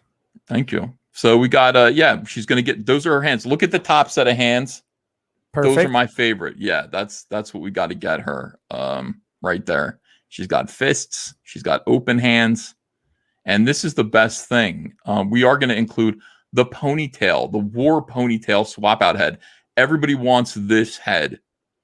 Everybody looked at this head and they said, "We want this head." And I said, "Okay, well, we're going to include it. Once we get to 400,000, everybody who backed Heather Swain will get the ponytail head." So that's good. Nice. And then we're going to, there she is smiling. Oh, you're such an ass. I love it. Women should smile. And I've said that all along. Women look good when they smile. I had some SJWs. If you get to 600,000, you should include a little speech bubble attachment. And it should just be for Cyberfrog saying, "Heather, you should smile more." Well, I got some SJW saying, "You say that the women should smile. Heather Swain looks pretty miserable in those toys." So I went, "I'll fix that." And there we have, we've got the very happy Heather Swain smiley face. She's having fun with her friends. And she's got a whole weapons pack that's going to come next at $550. You're getting a ton of, that's brutal. Those look sweet. Yeah, wasp killing gear, alien wasp killing gear. And then last but not least, so that she can have lunch with Cyberfrog, she's got her big gulp, big drink hand that she can swap out. Cyberfrog's got chicken. And then the last thing that we have going on is the Vespis. And the Vespis is huge. Vespis are alien wasps that came down from, they're basically infested planet Earth. They can turn human blood into honey to feed their young. They chew up human flesh and bone, mix it with their acidic saliva, and create paper, hive material to paper over cities. They basically decimated the human race and treat whatever's alive as cattle. They're very smart. They're cruel. There's the size differential. Yeah, they're big, menacing villains. I believe we've created the best insect action figure. And that's saying something because Japan loves this shit. They do bees, they do action, like articulated insects. Ours is really good. Every joint on each one of its legs is articulated, its wings flap, and its thorax with the stinger, or its abdomen, comes forward to get into a stinging pose. They're big. You can buy them 2 at a time and army build a Vespis army if you want, a swarm. But they're going to come. He's going to come with the stand as well, so that you can put him into flying poses. Nice. And then stretch goals. You get the stand, of course, at 400,000. 600,000. We get maggots. Larva. Yeah, gross. Vespis maggots, and this is the biggest one because this is going to be very expensive to make. But at 800,000, I'm going to make this playset here to come with your Vespis, which is a melting human being. It's becoming a hive. You can see his sneaker, you can see the bones and everything. It's really pretty gory, and it'll look great. You can put the maggots in there and everything. It's a nice little playset. So It's so much work. Oh, and this is the variant version of Heather Swain. It's the variant. If you order all 4 of them, you have the opportunity to back the variant edition where she's wearing the white all caps comics t-shirt. So Beautiful. Absolutely beautiful. this is work. I mean, this is actual real work to produce this. I've been working on it for a year. We do it all by ourselves. We don't have a big company behind us. I'm working with people who have worked for Hasbro, have worked for DC Direct, have worked for Sideshow Toys. And they know what they're doing. I'm very fortunate to have them. Again, they're being very quiet. Everybody's very surreptitious about this. Nobody wants to get canceled, but we do want to beat these fuckers and produce something that's worthwhile. So we're very, very close. Once we get to 400,000, we will be funded. And when I say funded, I mean we'll have just enough money to make the toys. I will not get to keep a cent of it. We just want to make the toys. Jason Smoot with a big donation says, EVS, why is the wasp peeing? Some people think that's okay. That's the stand that he's on, and he's got a stinger. I thought it was the stinger. Yeah, they were talking about. Let's get down to that Vespus again. I mean, he's got 2 different. You might think he's peeing in 2 different directions, but no, he's got a stinger, and then he's got that. He only does that the morning after sex, so that's fine. Yeah. Okay, so he's got a stinger here. It's a meaty stinger, something you would find on like Coyote Peterson. Very terrifying. And then this is not pee. This is a clear translucent plastic stand. Yeah, I mean, if you want to suggest that it's pee, that's cool. But I mean, it's coming out of his midsection, really. So then it's coming out of like underneath his rib cage. So that would be weird. I don't know where a bee's penis is. Do you? No, I have not. We have bees around, but I've talked to a few of them, but I've never gotten to that crucial question of like, can I see your penis? Where's your genitals? Yeah, pardon me. Yeah. Yeah, I heard all of the bees that I see are male because the women are lazy and just stay in the hive or whatever. So where's your penis? Yeah. Prove it. Prove these scientists right, you bigot. The queen. Right. Bees are the ultimate simps at the end of the day, aren't they? Yes, somebody in the chat called it a beenus. It is a penis. Of course it is. Great job. Oh my God. Okay, so this is great, guys. I'm going to share it in the chat. I'll add it to the description as well, so people can certainly back the toys. I need to read some chats, and then we've got to talk about yes, sir. The trademark case. I'm being attacked on it from every side. All I can do is put up a good defense. Yeah, that's the amazing thing about this is you're not on the offensive here. Some people could accuse you of various things. What they can't accuse you of is attacking the people who are the person mainly. It's mainly one person who has brought lawsuits against you. But you are on the defensive here. Sure. And on the side of truth and justice. We will not be talking about the defamation case from Preston. We're going to avoid that one for now, but we will talk about the trademark. But I want to read some super chats that have come in, and then we can do that because I've fallen behind on them. Phoenix Lord Asterman says, "How dare you stream while Sitch and Adam are doing a show? This isn't an easy choice of who to watch. Also, get Josh back on to talk more Chris Chan." We'll see. I don't know if he's going to say much more. He basically said that was the last he was going to say on the matter after Chris. He posted the stuff about Chris taking money from his mom. So we'll see. Jason Smoot says, EVS, can you elaborate on what Cecil has meant to you through your rise in comics and in life? Thanks. I'll hang up and listen. Cecil has been a never-ending drain on my emotional energy. He love bombs me. And basically makes me do emotional work, toil on his behalf. I've dug him out of more gutters than I care to remember. And he's funny, though. He's amusing sometimes. Most of the time, though, what a pain in the ass. Thank you. Yeah, I agree. Who else was doing the love bombing? That was we learned the word love bombing from Mags Visaggio and Sean Mags! Gordon Murphy. That's right. It was Mags. I was like, I know one of these weirdos was love bombing all the time. And so Mags was calling out Sean Gordon Murphy for love bombing. Is that what it was?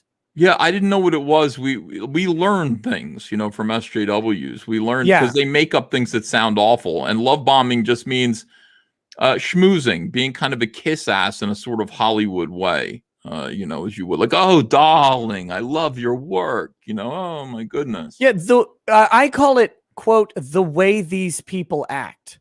Because when you're around them, they do that to everybody. It's so superficial.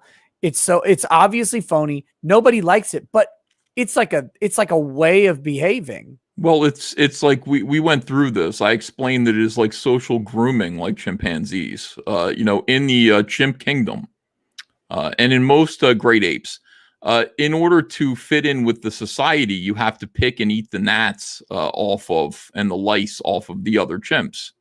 That's horrible.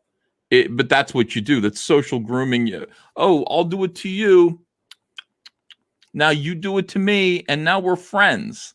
You know, and we do this to each other every day. Now, if the person is dominant, you know, you'll bend over. One chimp will bend over, and the other and say, "Please, fuck my anus." You know, that's the other part of the animal kingdom. I'm talking about the animal kingdom, and don't clip that. I love the internet. And this is in the context of what Cecil does to you. Okay, this is good.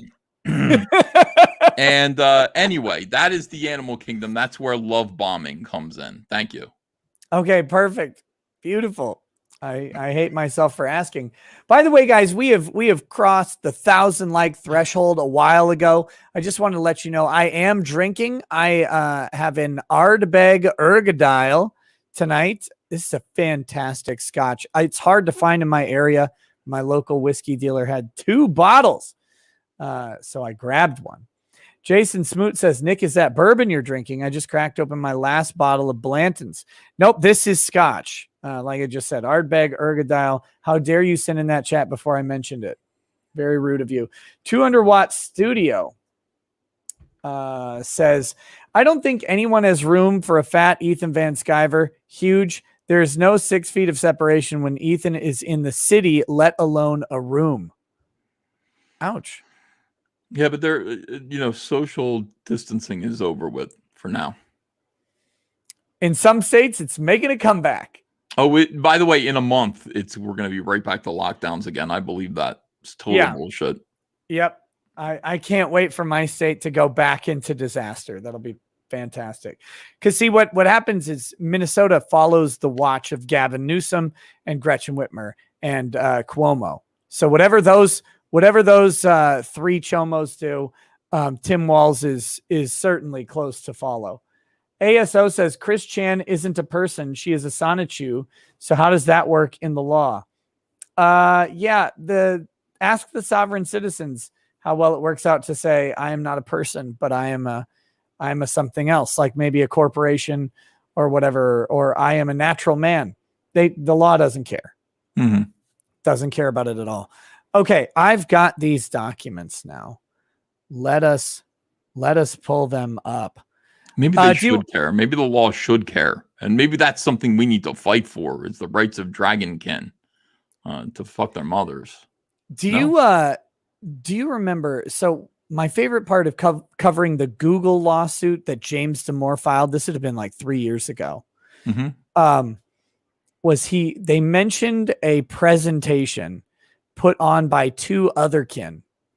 One was a wingless golden dragon, and the other one identified as a, how was it? It was like I'm trying to think of the right word. It was a building, but there's a particular like era of architecture that they had picked. They identified as a building though. And what do you think about that? How do you, was it the Taj Mahal? I mean, was it? No, it wasn't a particular building. Like it wasn't like a famous building. It was like a type of building.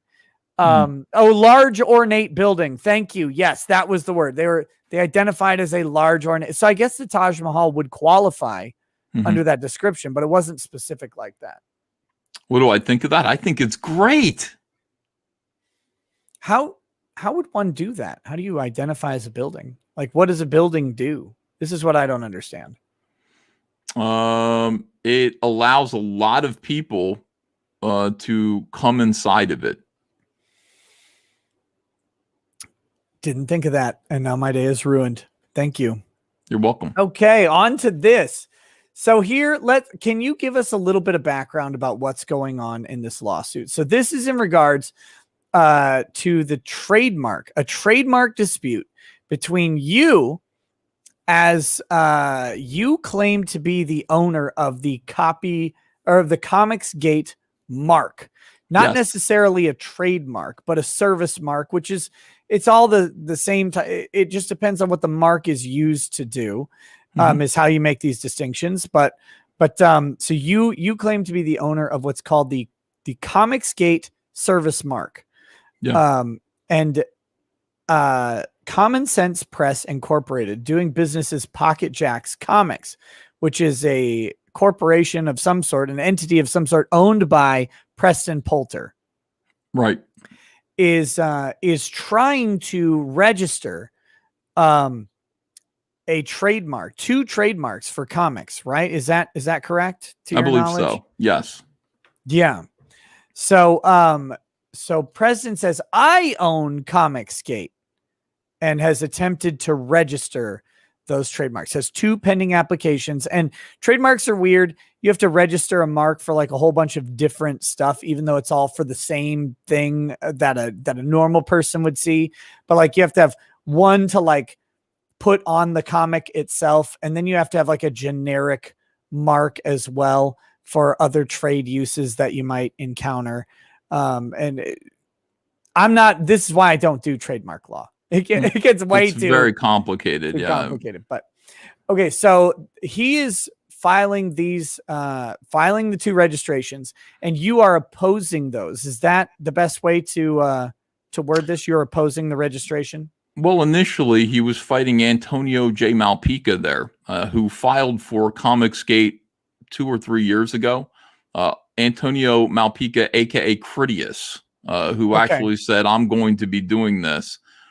Turns out that Critias needed to utilize the Comicsgate trademark for something and never did. Never used it in commerce. And so Preston Poulter evidently decided, well, he had this idea that he was going to register Comicsgate in order to gatekeep it, in order to decide who gets to be Comicsgate and who doesn't. And there's this whole very strange thing. He's left a trail of breadcrumbs about his nefarious, weird purposes for wanting to claim Comicsgate. In the meantime, I'll say this. You don't have to confirm or deny anything that I say here on this, because I understand that you have specific legal actions, including this one against Preston. But Preston has, from my observation, this sort of deranged proclivity for attempting to weaponize the legal system to make other people miserable in some way or another. Like that seems to be, and that I'm basing that not just on his filings, but on his actual statements about why he's doing stuff. He seems to think that he can leverage money against people through the legal system. And I find that to be particularly repulsive. So that's my opinion of that. Okay. So Critias had filed a registration, but never used the mark in commerce. Now, of course, you have been using the mark in commerce for the going on, 3 years now, a little over. Yeah. Over 3 years. I think it's over 3 years. It is. It was June of 2018. I started something called Comicsgate Live, and I started to do a YouTube show, collected all kinds of super chats, and also utilized Comicsgate Live to date raise something like $7.8 million more in funding. It's in the filing here. It's like 8.8. Oh, okay, 8.8 million. We've basically been using Comicsgate to make money. Of course we have, and it's all been centered around my activity. So I always assumed that I did own the common law trademark and had prior claim to it before anyone else. And I thought that that was pretty concrete. Never really thought that I would need to actually register it. Didn't want to do that necessarily, but now I do want to do that. I love Comicsgate, and I think it needs to be defended. I think the trademark needs to be defended by somebody who understands what Comicsgate means, so that I can maintain ownership of it, and also put it into practical use in commerce. Continue to do that while defending it from people who don't know what it means or don't like it. Right. And let me break down a couple different of the legal ideas here. So in trademark law, you have a trademark. Now, a lot of you guys have seen like the little circle R following a logo or whatever, or a brand. That's a registered trademark. That means that they have taken, typically with a logo, they take not only the wording, but they take the exact representation of the logo itself, the font that they use, the colors, all of that stuff. And they go and they register it with the trademark office. So they file, they say, we are Pepsi. We own this little P with the blue and the red around it. Like, we own that thing. That logo is Pepsi. And if anybody else were to use it, that would cause something called brand confusion. People would think that it was representing us. So we are the ones who use that. That's it. So you don't have currently, but you have filed for, but you don't have currently a registered mark. That's only one aspect of trademark law. And that registration carries with it various benefits, presumptive ownership. There's a period of time that if you have a registered trademark, it becomes really, really hard. It becomes quote unquote impervious to attack, but it's not actually impervious, but it's a legal term that they use to describe it. And it carries with it something called statutory damages, where if someone violates that trademark and you can show it, you win damages under the statute, not just the damage that you can prove. So it gives you some weight behind it. But that's not the only type of trademark there is. The other is called a common law mark.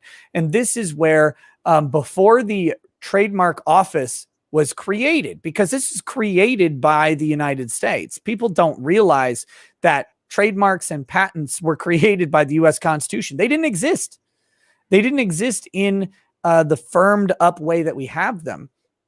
But there was this sort of idea of common law ownership. So that means it developed through the court system, where people said, there's no registration office or anything for this, but I own this. This is me. I'm Bill the blacksmith. I've always been Bill the blacksmith. I hammered out my sign that says Bill the blacksmith. I hung it. And this guy, William, is trying to be a blacksmith, and he wants to call himself Bill, and that guy's a piece of shit.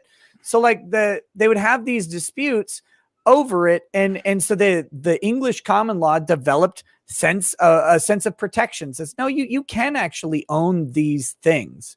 They didn't have a whole field of law for it. So we developed the trademark system, which had registration and this very nice rigid set of rules around it. But we also incorporate the common law thing. So when you start using a name in commerce, you don't have to go through the burden of getting a trademark, of registering a trademark.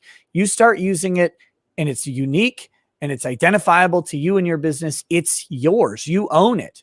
That recognition is there. In the same way that if you wrote a story but didn't send it to the copyright office to copyright your story because maybe you didn't think anybody would buy it, you own that story. Someone can't come in and like write this, like steal your story and publish it just because you didn't register a copyright on it. So that's what's going on here, is that there is the registered mark. That's what Preston is applying for. That's what Ethan is now applying for. And there's also the common law mark, which is it's a recognition of ownership that predates registration. That's very thorough. Good job. Yes.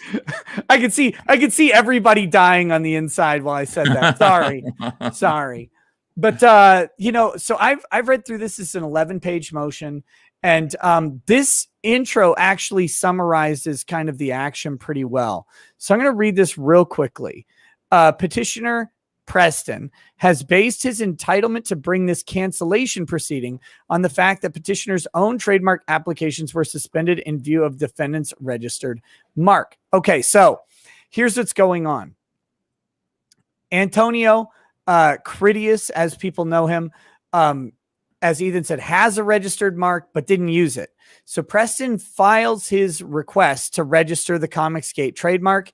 It gets rejected because there's an existing mark. They say, no, you can't have this. Somebody else has this. Well, then that gives you the statutory grounds to bring a lawsuit to cancel the mark. You could say, yeah, he has one, but that asshole isn't using it, so I'm going to take it. And that's the basis of Preston's action. Where Ethan comes in is he says, okay, yeah, that's fine against Critias, but it's not fine against me because I am a common law holder of the mark. So ordinarily, this is a standard uncontroversial grounds to seek cancellation of that registration, but this is not an ordinary case. Here, as defendant will show, petitioner's applications are void ab initio. This is my favorite type of Latin because you can just kind of figure out what it means from the beginning. They're void at the start. Petitioner filed 2 applications declaring its intent to use the mark Comicsgate, but petitioner was not the proper party with a bona fide intent to use this mark. The public record, largely a selection of petitioner, this is Preston's own admissions, show Comicsgate in commercial use years before Preston filed his applications.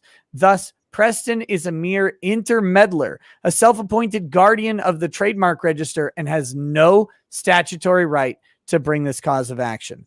So what this whole thing says is that, look, he's going after this mark that someone had registered because they didn't use it.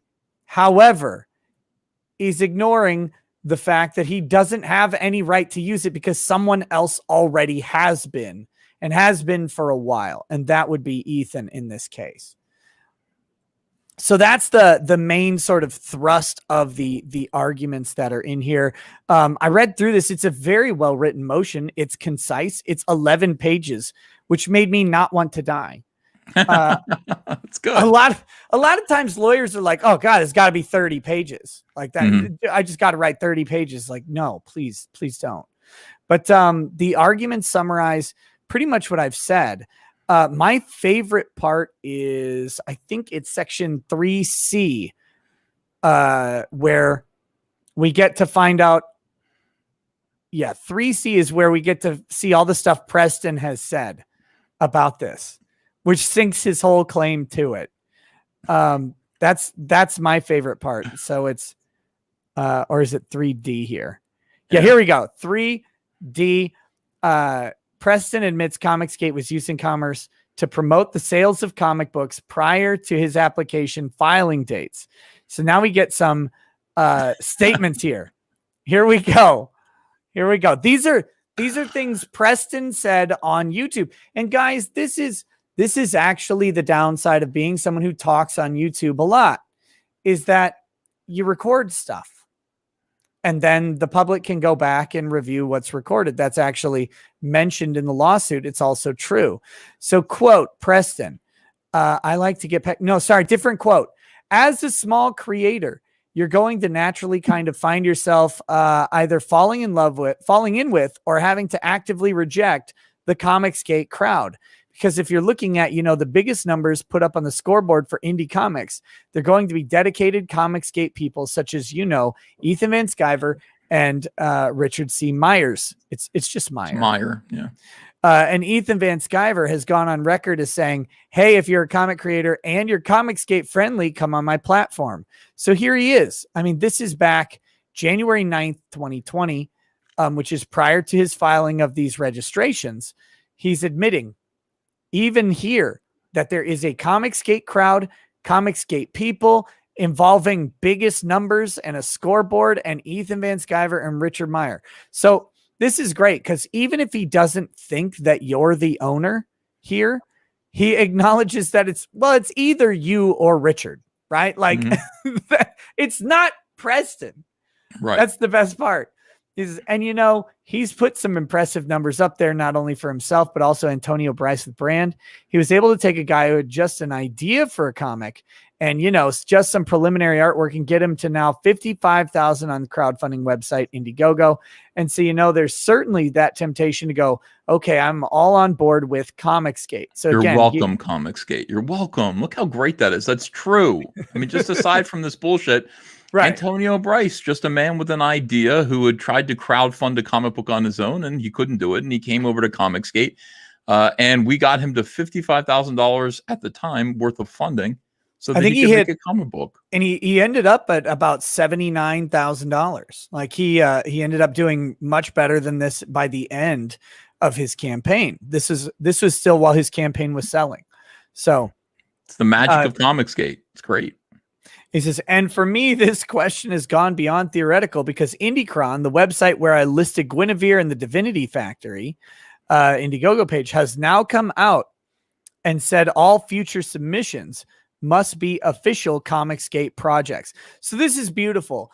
The reason that you want statements like this is he acknowledges here that there's somebody, even if it's not Ethan, that he's, because that could be the argument as well. I didn't think Ethan owned Comicsgate. It says, well, but you know that there's somebody or something that does, that isn't you, that you're in the out group. That's the whole way he has phrased this, as he and other people are outside of Comicsgate, and that Ethan and Richard Meyer, these guys are the ones who does it. He doesn't know if it's Ethan. He doesn't know if Ethan and Richard has a general partnership or like an LLC that they created. He's not acknowledging specific ownership, but he acknowledges that something exists, and it drives. This is the best part. By combining that with this, here he is saying this is driving money.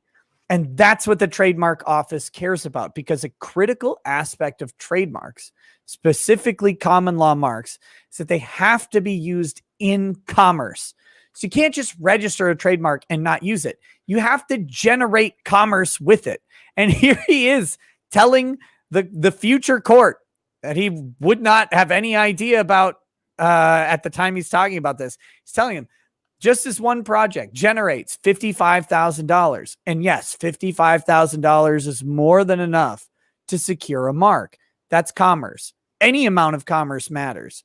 But this is only just one comic. Like you said, there's technically, and this is elsewhere in the filing. I don't know if it's where it is specifically, but it's over $8 million that has been generated. Which does anyone argue that $8 million of revenue is not a business at that point? That this is not participating in commerce. I don't know how you do it. I love it. I love hearing that stuff. That makes me so happy. You know, I love that people come to Comicsgate. They associate Comicsgate with me. I'm a big part of it. And we come over here and these guys get their comic books funded. That's all I want to do. That's what I want to do with the rest of my life. So I know people, you know, some people are like, just let it go. Just let Comicsgate go. Who cares? It's a tainted brand, because SJWs have said it's this and it's that. Wikipedia has defined it as such. It's not tainted to me. I love it. Here's a great part in this to show you how untainted it is. Your lawyer includes a very nice passage right here.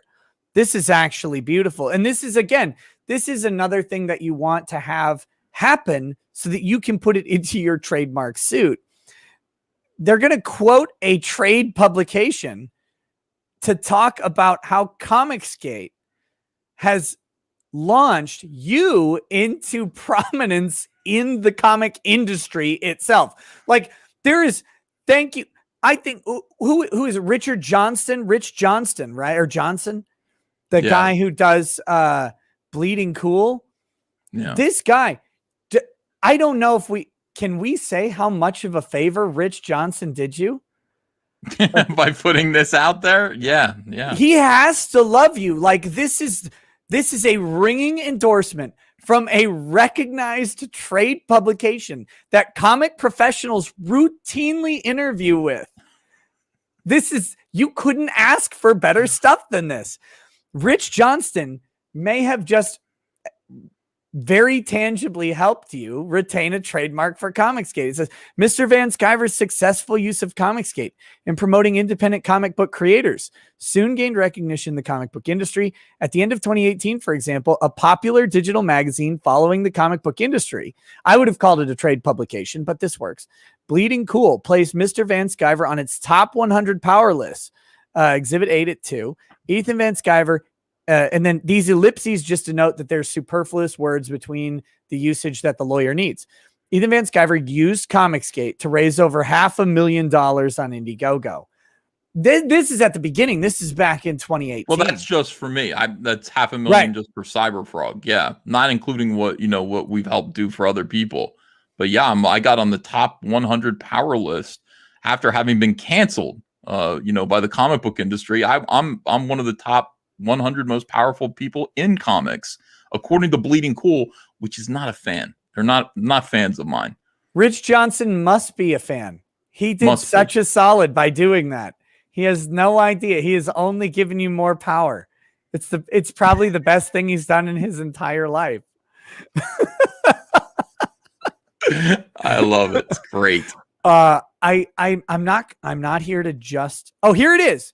When last checked, this website, this is creatorgo.com/CG that displays Indiegogo campaigns, which the fans have associated with Comicsgate. This is very, very important that a fan has associated these things with Comicsgate. One of the critical aspects of trademark lawsuits is the idea of something called brand confusion or consumer confusion or consumer doubt. So if you have two Comicsgate, like Ethan's doing his Comicsgate live show, he's promoting comics under the Comicsgate label, and then someone else comes out and they say, Comicsgate is this, without his permission, suddenly people are like, oh yeah, this must be a thing that Ethan and other Comicsgate creators are into, but that might not be true. That's customer confusion. So the fan who created this has compiled the thing. They have associated with the brand Comicsgate these crowdfunding projects. When last checked, this website reported Comicsgate crowdfunding figures in 2020 and 2021. So this is just these 2 years. This doesn't count 2018, 2019, totaling $8,872,786. Your year-over-year growth on Comicsgate is huge, by the way. I'm like Scarface. Yeah, you've got a pile of cocaine, but instead you're snorting up a bunch of comic book prints. Our yayo is comics, But no, this is another great thing to have. You have what's going on here in this is you have like this nice storm of all these different things that you would normally want, because and before, let's get your ego in check after what I'm saying here. This is what any business that is active in trade should be generating, right? A business is active in trade should be generating evidence that it's active in commerce. You've got customer reviews. You've got people talking about your product. You've got trade publications or newspaper articles saying, hey, there's a new business in town. It does this. It's Moe's or whatever. Like, you have these things happening, and that's what should be happening. It's great to see it happening in our space, though, because, this digital space that we're all making money in now we're pioneers in this. This is only a couple years old. No, it's the Wild West. I mean, I really feel like we've just moved out west away from the big cities of the East. And we're building our own little towns. And it's like, well, we don't have Marvel or DC or Image or Boom. As comic book publishers, we have to learn how to do it ourselves. We have to learn how to fund things ourselves and create our own town. That's what we're doing right now with the Cyberfrog toys. We don't have a toy company, but we should have one, because we're making all of these children's toy properties. Children's comic books. We're creating all these IPs. There should be toys. So let's start building it now. That's what Comicsgate is. It's part of what Comicsgate is. And it's, again, I know this is what I want to spend the rest of my life doing. I don't ever want to stop doing this. I'm going to be 85 years old. I'll still be Comic Skate and still be building something. It's gonna be on YouTube. Like, listen here, He-Man's about semen. I've been saying it for 22 years. It'll hopefully I will see what we build. We'll have some kind of we'll have much more of a platform underneath us hopefully by then. But yes, I love this idea. I love the idea of taking back power from these people. It's fantastic. We've got a couple chats here. Call Majed says it allows a lot of people to EVS proving once again that fat people are just funnier. Just for that, I'm buying a frog. So there you go. Oh, thank you. That's great. Sold a frog.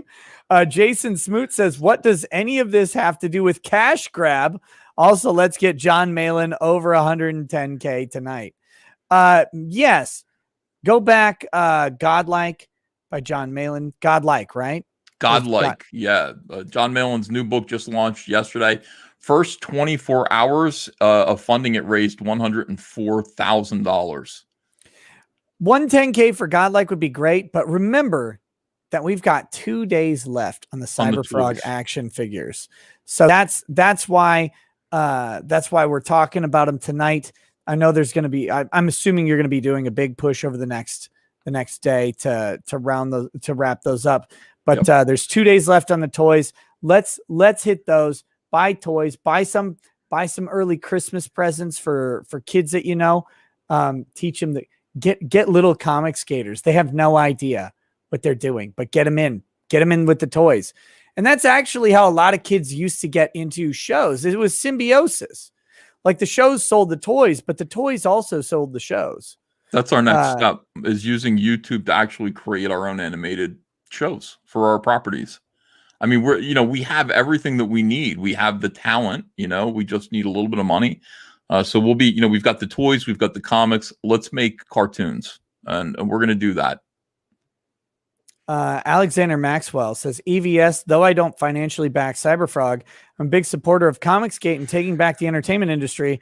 I love to create my own manga style comic, but all my skills lie in writing. Any advice? Find an artist. Yeah, there's literally a billion artists. There's a billion, and they're all varying skill levels. And here's the crazy thing: an artist who might be bad at one, like they can't draw hyperrealism. You're doing manga, you don't need hyperrealism. They can't draw anime characters. Okay, don't do the manga in the style of anime. Make it something different.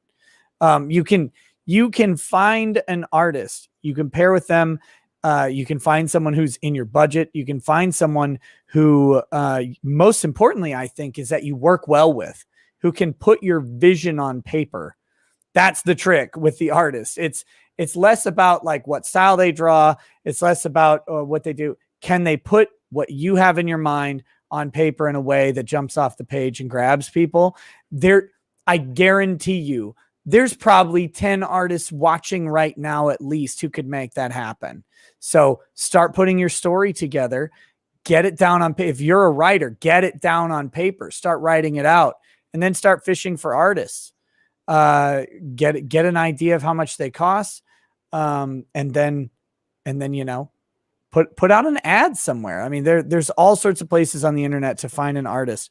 Start DMing some artists who do commission work. Say, hey, how much would it cost for you to do a full comic if we crowdfunded this thing, et cetera, et cetera, et cetera. There are plenty of artists. I know my audience has amazing artists. I can't draw for shit. These people draw great. Jason Smoot says, bring Cecil to me. Bring him to me now.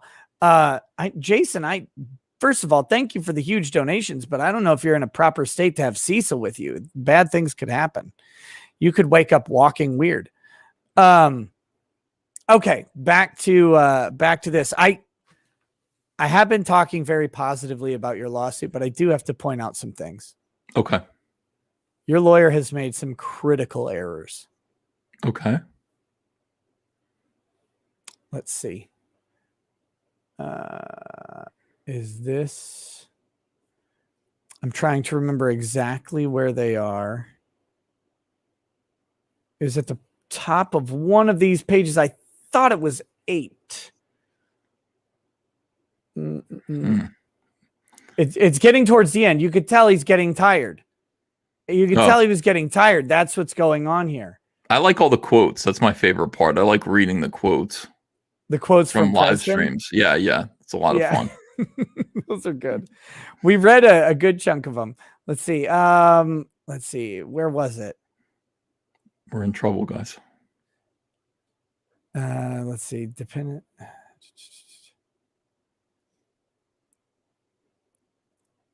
You could see how prominent the mistakes are that I'm having to scramble to find. This is good. I liked this. I think it must be on the next page. So defendant notes that Preston's knowledge of Comicsgate being already used in the marketplace in connection with comics should have stopped Preston from filing his intent to use applications. As pointed out previously, both applications require a sworn declaration under oath. It says that no other persons have the right to use the mark in commerce. Perhaps Preston was grossly negligent in signing this false declaration. This is very nice. Perhaps it was a deliberate false statement. All that matters now, besides the lies, is the fact that Preston is not a party entitled to use the mark, Comicsgate, and commerce. Accordingly, both of his intent to use applications are void ab initio. Here we go. The board has the authority to address the common law mark to the extent necessary to decide an issue properly before the board. Petitioner's right to a statutory cause of action. CSP cannot complaint that. Oh, done. Look at this. Look at that right there. You lose, Ethan. That errant T. It should just be complain, not complaint. Who is it? Can we fix it? Can you fire the lawyer? I mean, you gotta start over from scratch. Maybe some whiteout. Shit. You got to talk to He-Man for the whiteout. I hear he has. I hear he has all of. He the has white the liquid. power. Yes. There's one there. There's actually another one. I don't know if I'm going to be fine. So this is a beautiful. This is actually a beautiful argument. Let me break it down legally. What's going on in these? I've skipped over a lot of the argument. Again, this is a well done motion. I can't overstate that. I can't overstate that. This is a well done motion because it addresses a lot of things. So one of the arguments Preston might raise, and that's the section we're in, is addressing arguments that Preston hasn't raised but might in the future. One of those arguments is that, look, the board, because trademark issues don't go to court. They go to a board, the patent trademark board, the PTO. And the board of it's like 9 lawyers, which, God, can you imagine a bigger group of horror than that? They get together and they determine these things. So they will be hearing this. The board, what Ethan's lawyer is suggesting is that the board should go ahead and say, not only is this wrong, but he should also just go ahead and decide that Ethan has a common law mark. And in establishing that common law mark, they should go ahead and void entirely Preston's claims. Because if they don't do it now and they say, no, Preston has a legitimate claim on this, but then a subsequent action says, no, Ethan actually already had the rights. Therefore, that would strip jurisdiction from this board if a subsequent board said that you had the rights. So what they're going to say is, rather than doing that in the future and then obviating what was done today, why don't we just do it now? And then there are legal arguments presented earlier that say the board has the power to do this. The board has the power to consider these things that aren't the main issue before it because it makes the system work and it makes it work smoothly. And that's why they have it. So this is actually really well done. I'm obviously just jonesing on the minor typo here. And there is a minor typo that happens somewhere on page 10, but I don't know. Here it is. There we go. Also, no case entitles a petitioner's to an unrebuttable presumption. This should just be petitioner. That Is apostrophe statutory S. spelled wrong? Where's that? Statutory, is it, or is it No, statute? this is correct. Statute. Statute. Yeah, this is Okay. correct.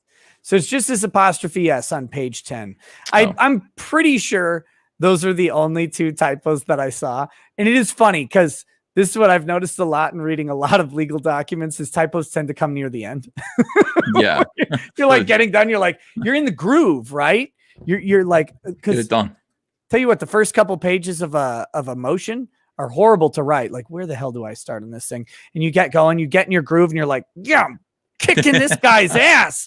And then you get a little bit. My lawyer is watching. He's so happy right now because he's like, that's it. I'll fix that. We're filing this tomorrow. So I'm pretty sure that's it. I seem to remember just the top of page 9, the top of page 10 having those things. I didn't notice anything. Nothing else jumped out at me while I was looking through it.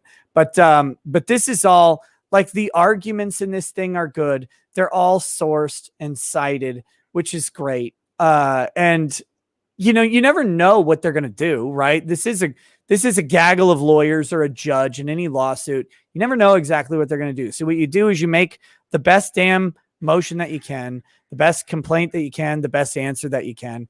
You put it down there, you cite it all, and you say, here we go. Here's all the authority in the world for you to make your decision. Now, please make it the way I like. Mhm. But I think, the law is on your side. Common law is on your side. Common sense is on your side on this. The best argument that Preston seems to have is that you haven't registered, but that's not how you determine who has a mark or not. Right. I agree. Yeah. So no, this is good stuff, man. Props to your lawyer. It's like I said, it's well done. Scott Houtman. There he Scott is. Houtman. So well drafted motion as far as I can tell, but I'm not an expert. This guy probably could teach me a whole lot about trademarks. So, but from the basic flow of it, it's really well done. And it hits all of the things you would want from my understanding of trademark. And this stuff is just particularly damning. Plus you have like 10 exhibits. I didn't even talk about the exhibits. Oh, they're funny. I mean, look, if you're a fan of, if you're amused by the characters involved here, this is a very entertaining filing. I'm sure they're going to post it on Kiwi Farms, and you'll be able to read it. But it's a lot of fun, and it's full of proof. It's full of actual. It has the breadcrumbs like this. I mean, this is me using Comicscape for the first time in trade. Here we go. 12th. July 12th, 2018. The singular Comicsgate live chat. Look at how exclusive that is. Mm-hmm. Everyone who is anyone, the singular Comicsgate. You've established. You have unzipped and dropped it on the table in the title, right? Like, this is my thing. This is Comicsgate. July 12th, 2018. And then you have the link to all these different ones. You got Red Rooster, Trump Space Force, Kill All Men, Cyberfrog Blood Honey, Jawbreakers. And if these two alone don't elicit the Comicsgate response, I to anybody who's been watching, I don't know what does. Yeah. Like, that's Cyberfrog and Jawbreakers launched Comicsgate effectively for most people. Look, and then here's the total what those just that first live stream amounted to: $1.2 million in commerce. yes. We're so cool, man. I love Comicsgate. I really am proud of us.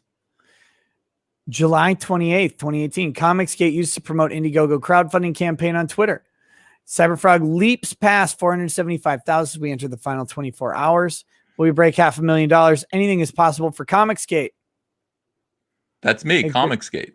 That's Exhibit me 3, you got Red Rooster. Here, these are just the campaigns. Trump Space Force. You can see the money they raised. Yep. You've got so this is 72,000, 197,000, 47,000, 538,000. Jawbreakers 404,000. We've got this is the information about the mark. This is your application. This is your application for a service mark that's going on. Here's the mark type. Filed April 15th, 2021. Status date July 22nd. So waiting for stuff. So a service mark is a mark that is used to promote other things, other services. It's used not necessarily as the product's brand name, but as like a promotional company would have a service mark. You say, we are Island. I don't know if Island Records would categorize as service mark, but we are a promotion. We're a promotional company. We're going to take other businesses and help boost them. That's what we're going to do. Yeah. Guys, So I've that's already what's been going doxxed. It's perfully okay. I don't care. My Oh, is dox your- is everywhere. No, it's not on there now, but people are like, Ethan's going to get doxxed here. Your Actually, PO box. my Your PO PO box box is is there. doxed. It's Doxed okay. AF. Get wrecked. If you want to Ethan. know where I live, check the white pages on the internet. And it's there. Doxing ain't no big thing. Awesome. So here's the Common Sense Press. This is another one of his applications or public information report. Okay. Yeah. That's just Preston stuff. Petitioner Preston Poulter's admissions that Comicsgate is a service mark used in commerce to promote crowdfunding of comic books. January 7th. These are the streams where these were those quotes were drawn from. Where he basically separates himself from Comicsgate. He refers to comics. See, if you really felt Comicsgate was yours, you would be a part of it. But he says Comicsgaters over here are doing this, but we're doing this. And it's like, aren't you Comicsgate? Aren't you claiming to be Comicsgate? But if we're doing a review to a Comicsgate audience, which, let's face it, like the non-comic skaters are just going to hate it regardless because they can't separate the art from the artist necessarily. So they take the artist, so they're not going to like the art. So now who do we interview for? It's probably the people who simply are comic skaters. And that would be like doing a critical review of the Bible for Christians. So yeah, he's putting himself on the out group. Mm-hmm. He's not in Comicsgate. He has to reach into it. When it comes to the Comicsgate crowd, EVS and Richard Meyer are kind of define the genre. So yeah, we've got that. This is all good stuff. Here's Brand at the time. Comicsgate is a cult of personality that breeds artistic conformity, says Preston. That doesn't sound like something you'd want to own. What about this one? To only list official Comicsgate products leaves the rest of us to ask, what does that even mean? I'm not part of Comicsgate is what that means. Shit. Richard Meyer argues that Comicsgate is simply a content label. I argue that it is instead a cult of personality around the movement leaders, that it seems to be breeding a new conformity. You can argue that, but you've just gone ahead and said that you're not in the label. Right. I want to talk about Comicsgate for a bit. I'm putting this under the series I'm doing for comics creators because these are decisions you're going to have to make. Yeah. It's thing after thing. Here it is again. Same live stream. This is your Comicsgate live stream, October 17, 2018, with Brand, Galactic Comet, Asami, Brutus, Black and White, Lone Star, Bigfoot Bill, Graveyard Shift.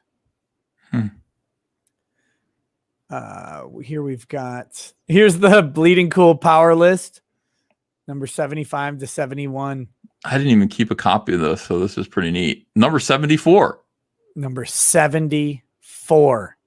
There you Wow. go. Above Christina Merkler, that person that everybody's heard of. Yeah, I'm afraid I haven't, but I still feels good to be more powerful than Christina. It's Diamond Comics' biggest comics account. Oh, okay. Retailer. All right. Yeah, there you go. A big one, apparently, for Diamond. Anyway. Doesn't make me feel that great, to be honest with you. You're in the top 100, Ethan. Come on. So here's Pocket Jacks Comics. Group labels serve to solidify the nebulous and varied goals that make up a group's affiliation. In this case, Comicsgate is a label which EVS has defined the meaning of the group as well as defended it against use by unwanted outsiders. Oh my God. Come on. That's what you read. Like, that is the juiciest quote I've seen so far in all of this to me. If you have defended it against use by unwanted outsiders, not only do you stake ownership, but you've defended it. He's acknowledging as of July 7, 2019, which predates his filing, which was in 2020, that he knows that you've defended it in the past. He must be referencing the Vox Day stuff here. Like, that's the only thing you can take, is that he's referencing the Vox Day, a brief attempted coup of comics.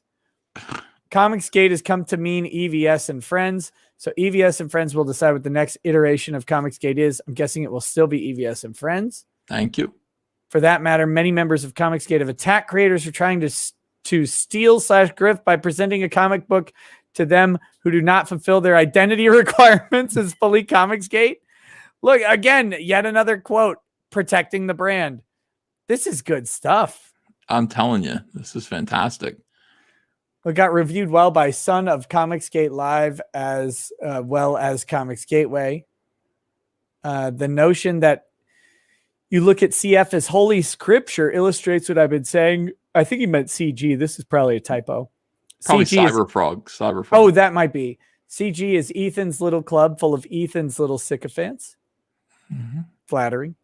Indiegogo allows Comicsgate creators of Ethan Van Sciver's choosing to run a second campaign. Again, still, like, if you're choosing it, that's a service mark. I mean, that's the whole point of a service mark. I am working for the destruction of Comicsgate and would never willingly hire anyone associated. Holy shit. So put your outrage where it belongs. I am working for the destruction of #Comicsgate. That's why he wants to own the trademark. He's laid it out there. This is all very, very bad stuff for Preston to say when he's trying to own the mark in commerce. If you're trying to destroy it, what's your intent to use it in commerce? I feel bad now. Why is that? I feel sorry for him. I don't know. This is like, I mean, if it wasn't for the fact that he's deliberately trying to harm me and ruin my life, I would feel very bad. This is just awful, weird stuff. But you know what? It's made me realize that I do, I do need to file for the trademark of Comicsgate. I do need to have it. I do need to protect it. And I wouldn't have done it if it wasn't for these efforts. I just wouldn't have done it. I feel like there's somebody who told you to do that, like in 2018 or something. God, who would have? I can't even think of who it might have been. I feel like maybe someone suggested that you look into. But I mean, I just thought to myself, why is it? I didn't even. It's like, why is it my responsibility? Why? And it just is. It just is. It's clear now. It is, and so I need to do it. And that's. I've gotten so much from Comicsgate, Comicsgaters, people who are a part of this movement have made my life great. Look at that. The top four campaigns there are all mine on that list. I'm grateful. So I got to do my part. And it was my wife who reminded me of this, because I thought she was going to say, you want to spend money? You want to spend our money to what? Defend the word Comicsgate? And I thought she was going to say what other people had said to me, let it go. But I said, maybe we should just let it go. And she said, the hell have we been fighting for 3 years? You got canceled over this. This belongs to us. This is ours. This is ours. This is our people's. This is your responsibility to do something about this. Hell yes, we're going to fight for it. And that's why I married Andrea. She's awesome. Great consigliere, as it were. Wartime consigliere. So we're in this to win this. I think we've got a great case. I'm glad you agree with my lawyer's filing. I'm glad you think it's good. I think it's good too. It's way better than anything I'd draft. I mean, like, leagues, obviously he's a specialist. He knows what he's doing. He's picked out, his exhibits are fantastic. He's picked out exactly what you need to show. The tweets that are devastating. So again, you never know what a board's going to do. You never know what a judge is going to do, but I don't know where else you attack this thing other than with the facts and with the law, and that he's done really well. He's presented the facts. And again, it's 11 pages. It's fun to read. It doesn't need to be 40 or 50 pages. Yeah. The board doesn't want to read a 50-page argument. They know all this stuff. They do it literally 20 times a day. And they just need to be shown that you know what arguments you're making. And in this case, these aren't novel arguments. They're the normal arguments. And I think that goes to show, like, Preston is doing something. He's attempting to abuse the system in a way it's not designed to be used. And that's what comes out of this filing in a great way. So it's very good.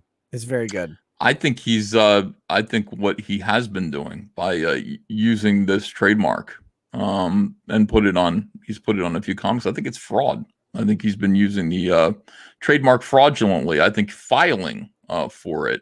One of the rules before you even file for a trademark is you have to do cursory research at the very least to make sure that nobody owns the common law trademark. I can't just go, I think I'm going to call myself Ricada Law and file for that trademark. And you go, even if you haven't filed for it, you go, you fucking know full well that I do business under that name. And I'm just going to go, well, you didn't file for it, so I guess it's mine. That's actually not how it works. I don't think you can actually register Ricada Law as a trademark because it's a last name. So I don't know Ricada if I can... plus Law. Of course you can. McDonald's is a last name. Yeah. It's a brand. It's Ricada Law would be. There's some weird thing with last names. So maybe you could with Ricada Law. Maybe I couldn't register Nick Ricada. That's probably what I can't do. No. Is trademark me, but yeah, no, it's but yeah, again, if someone tried to enter as Ricada Law, I'd be like, hey buddy, what are you doing out there? We've got pages and pages of proof that he knew that Comicsgate was a brand that was being used by me for years. Fully aware of that, and he filed for it anyway. That's fraud. So we'll see.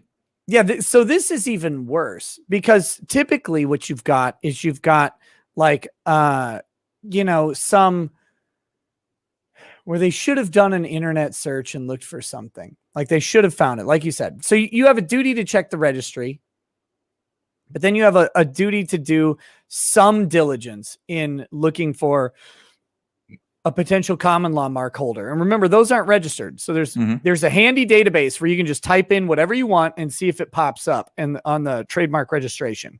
It's hosted by the patent office. It's free to use. Anybody can do that. But then you have to Google around a little bit. You have to use your Google foo skills. Find out, does anybody else do this? Is anybody else using this name? And if you can't find somebody, you still might not win. Like maybe they were just obscure. Maybe it was some sort of weird antique shop or something somewhere. And then if you're if you're selling antiques, you're shit out of luck. That's just how it goes. So no, you have a duty to do that. And the worst thing for Preston is that not only did he clearly not do a little Googling, he's in this world. He's commenting on it. He's talking about it. He's clearly aware of what's going on.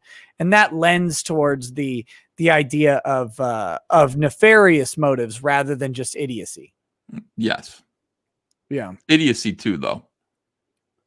It's nefarious dumbass. Oh, and I've been very outspoken that I think Preston's lawsuits, not just this one, but the other one, are abusive, that they're idiotic.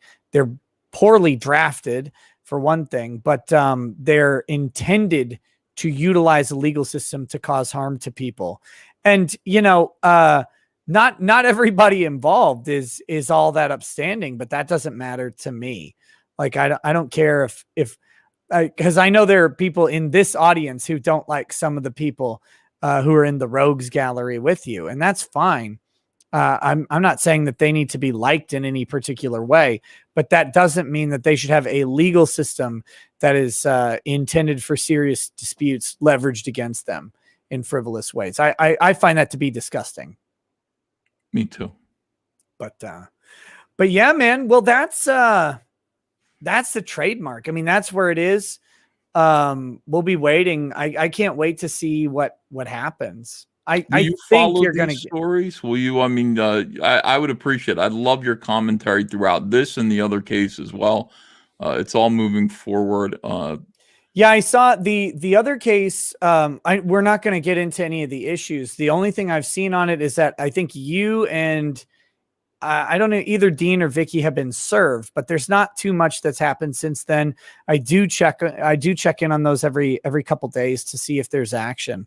But yeah, as they develop, I am 100% following. I've already made fun of Preston's initial filings, talked about the fact that he's changed lawyers.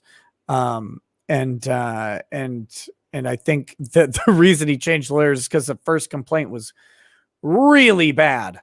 Really, really badly written, but yeah. So I'll be definitely following along. I mean, this is the type of stuff that I built the channel on, and so I'm certainly gonna do more of it. I can't wait. I'll watch. I'm in the audience. All right, man. Well, is there anything else you want to say? I mean, I've got super chats to read, but is there anything you want to say on these subjects before we close out and I finish the super chats? That went really fast. Thank you so much. That was 2.5 hours and it felt like a couple of minutes to me. I love hanging out with you. Absolutely love it. Yeah, I always have a good time. Let's see. Should we bring up, while I read the super chats, I'm going to bring up the campaign again. Oh, thanks. That seems like the right thing to do. Yeah, let's see. I mean, if people haven't backed it yet, maybe they want to. We'd appreciate your support. This is not one of those. This is not one of those campaigns where we're just, wow, awesome, another $1,000. Yeah, we've cracked 382. We should talk about the perks. We didn't go through the perks. Bad thing. Oh, to do. okay, sure. So yeah, here's the featured perk set of 4. Featured perk is one of everything. People like that. And when you click on that, there's an opportunity, I believe, to get the variant Heather Swain at checkout. If you want to add that on, a lot of people are doing that. We try to do add-ons so that, look, you can get one more, you can get one of this, you can get one of that. But that variant Heather Swain. And then also I will autograph all of your toys for $10. So there's that add-on as well. Yeah. Not $10 a toy. No, I mean, if you just order one, I'll autograph the one for $10. But if you order 20, I'll autograph all 20 of them for $10. It's just an additional. What if I order 4, add another set of 4? It's still $10. Yeah. I don't mind. Terrible. It doesn't take long to sign. Terrible marketing. What are you doing? I've learned so much from conventions. I've learned that the mere act of writing your own name costs like $70 for some people. Yeah, that is true. But it's just, for me, it's a way of just making a little extra money. I think it's a good bonus for the campaign. We're just trying to get funded. And again, this is not about like, oh, we're trying to rack up money, so it goes on. All of this money, every penny of it is going to go to the production of these toys. If we raise more, like if we raise $500,000, $600,000, I'm improving the packaging. I'm improving the toys. I'm going to spend every penny on making these the very, very best products that we can. 400,000 is the bare minimum. I can make the toys. I can put them on bubble card stock, and I can, do all the little extra accessories. But in order to make nice boxes, nice packaging, all this stuff, I need more money. So I'm going to, this is the last 2 days of the first 30 days of funding.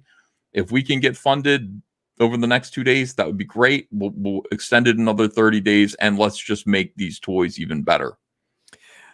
How much do you think Jamie Lannister charges for an autograph? Think it's $10? Oh, shit. Jamie Nicolaj Cousteau Walder. $50. 80. $80. It's $80. I just went to the mob movie convention, Sopranos Con in Atlantic City, and it was fantastic. The most expensive guest there was Lorraine Bracco from Goodfellas, and then also, Dr. Melfi from The Sopranos. And for $60, you got a whole experience. She would autograph your whatever. And they made a kind of a big, gigantic tube that you walked into. There was a door, and it was a scale model of her office. So you're sitting in Tony Soprano's therapy chair. She's sitting across from you, and there's a photographer. So you're getting therapy from Dr. Melfi. $60. Yeah. That's a good price. You get You get the experience, you get the swag, like the picture memory. That's good. It was awesome. I got the picture. I didn't know how fat I was. You should have seen me. I am fatter than Tony Soprano in that chair. I just cropped myself out of it and said, "Look how good Melfi looks." Still, it's a fat enhancing chair. Yes, indeed. God, we all need one of those. No, we don't. We don't need. You might need one. You could stand a little bit of extra skin on those, a little meat on those bones. No, I have cut 5 pounds. I was up near my max weight not too long ago, and I was like, Jesus, and I started not eating. I was like, I hear anorexia works for these things, so I tried that out. It's going great. Yeah, I cured myself of that disease.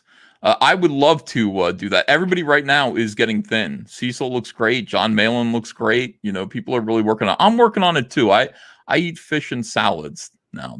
I'm really trying my hardest, and I'm doing a little exercise. Very little. What always kills me is when I get busy. Every time, I won't eat a lot of good stuff during the day, so I'll go to the store and I'm like, okay, I'm gonna get some good dinner. And I'll get a good dinner, and I'll buy like a 2-pack of Snickers, and I'll eat that on the drive home. You just undid it. I haven't had any sugar. I've not had any pie. I've not had anything like that in like a month. I've really been pretty good. Oh my God. Yeah, but I don't feel like I've lost any weight yet. So I think I need to run more. Dude, I don't know. Whenever I run, people are like, "Don't run, it's stupid." And I'm like, Jesus, what do you want? It works though. I got everybody saying that to me. Mr. Biggins over at don't listen. Don't listen to that guy. Have you ever met that guy? No. He's a fucking giant. He's this big. Don't run. I'm like, you can't run. That's the problem. And I don't mean he's fat. He's like this big, muscular asshole. Yeah. He looks. People kept calling him Thor at Anime Matsuri. They're like, who's Thor? It's like this big ass dude walking around. He's like, don't run. I'm like, I better learn to run because I don't have shoulders that big. What am I going to do? I got to outrun the boulders you're throwing at me. Yeah, it's different for everyone, I think. Well, I like to run and I lose weight when I run. It's just that, Me too. That's the way it is.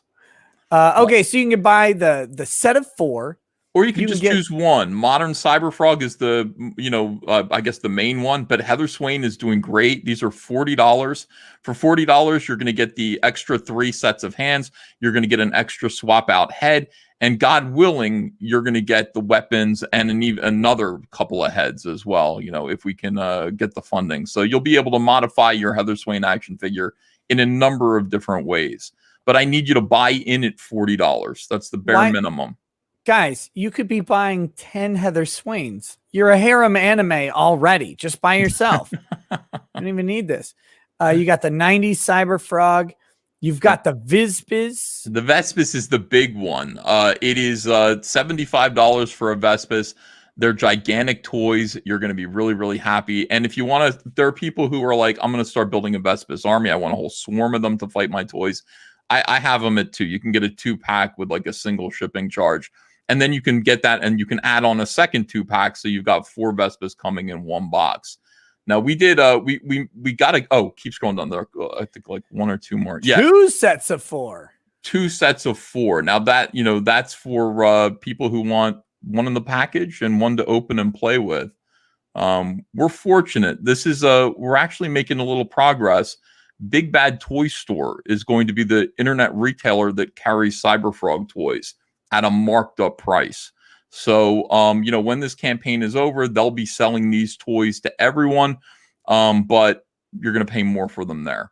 Your best bet, and I'm hoping you will, is to actually support this campaign. You'll get the toys cheapest, and you'll get them first. There's something you haven't done on this stream, and I'm a little disappointed in you. What? You've not tried to convince me to buy these yet. I'm so grateful to be on your show. I wouldn't. Please buy them. I would appreciate your support. Maybe 1 or 2 of them would be really helpful. And I think you're going to like owning them. This is the first big toy line from any Comicsgate property, and I think there'll be many more to come. So if you could get us, help us, give us a kickstart. we'd very much appreciate it. The second wave is going to have Salamandroid. We're going to do a scale 18-inch Salamandroid toy, fully articulated, fully posable. Maybe his mouth will glow with purple flames. You know, he breathes purple fire. All of that stuff. We want to make that toy great. Got to get past this hurdle first, man. Got to do it. Got to climb this mountain. To the chat, what should I buy? Tell me what I should buy. I got 5 kids. I don't want all of them to have Cyberfrog toys. Most of them would ruin it. But but I've got a shelf. Look at this. I've got a shelf behind me over here. Get one of everything. Get the one of everything tier. And if your kids want one of the frogs, give them one of the frogs, and then put the other ones on the shelf. It's in the fate of the chat. So there's the one of everything. There's individual figures. There's the Vizbiz. There's the 2 sets. That sounds painful. 2 sets of 4 plus the Heathers as add-ons. We've got, hold on. Pastor Flash says, please play Ethan's "Don't Come" clip. All right. I'll put that up and you can choose to play that if you want to. That's I've seen it. It's brilliant. It's wonderful. Here, I'll share your stream.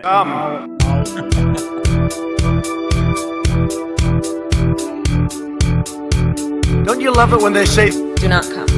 oh, I'm going to come. The president and I don't want to come. I'm going to come. Do not come. Oh, I'm going to come. Do not come. Do not come. Oh, I'm going to come. Do not come. Oh, I'm going to come. I'm going to come.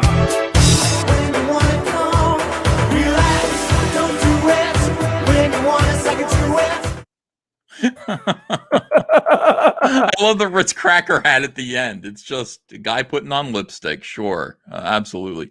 I miss him. What a great president he was. It's so boring without Trump in the White House. We got to get him why back.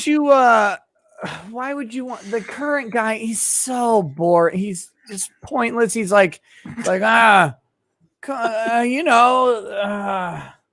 grits, sir. Cream of wheat. They just don't want Trump in there. That's all. They put anyone they could in there just to get this man out. But I'm telling you, the more he's gone, the more I miss him. And I definitely want to vote him back into office if I can. That's where my vote is going. I'm not saying we're going to win. That's where my vote is going in 2024, no matter what, no matter who's running. Trump. Let's see, I got to put in all this damn information for these credit cards and everything. Oh my gosh. What am I supposed to do? Why is it hard? Like, don't you have an Indiegogo campaign in which you support dozens of Indiegogo Comicscape projects? You just have to hit a button. Literally buy everything as a guest. I can do it so quick now. I've supported probably 200 or 300 campaigns. I think it's my job to do that. So all I really have to do is just hit a couple of buttons to back someone's campaign now. It's pretty easy. How does Google not have the state I'm in? What else? They don't have the state you're in? All right, hold on. Let me give you another I'm going to give you another video to play. I'm trying to buy this. That's I know. all I'm trying to do. I'm just trying to make a purchase here. No, it's great. I got it. It was my fault. Here's a Cyberfrog ad that you could play right now, and people will like this. My contribution ID is number 2289. Oh, here we go.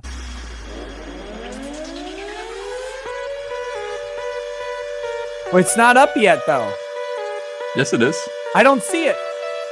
It's I'm up on the watching it. screen. It's just not on my screen. Okay, I'll watch it over here. Everybody in the audience, now listen to me carefully, is being given a special package, and I don't want you to open it. Do not open it. Cameras are on you, so do not open it until I tell you. All right, open your boxes. Open your boxes. 1, 2, 3. Head, head, head, head, head, head, head, head, head.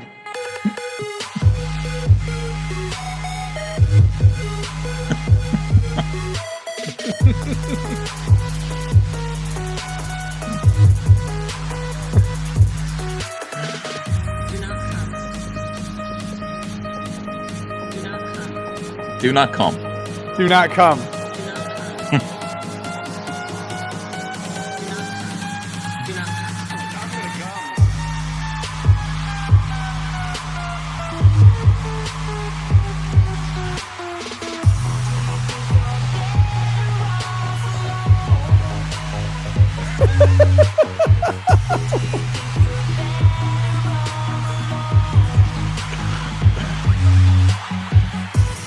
I can't believe you're out here poaching Bad Boy Bill on my stream. You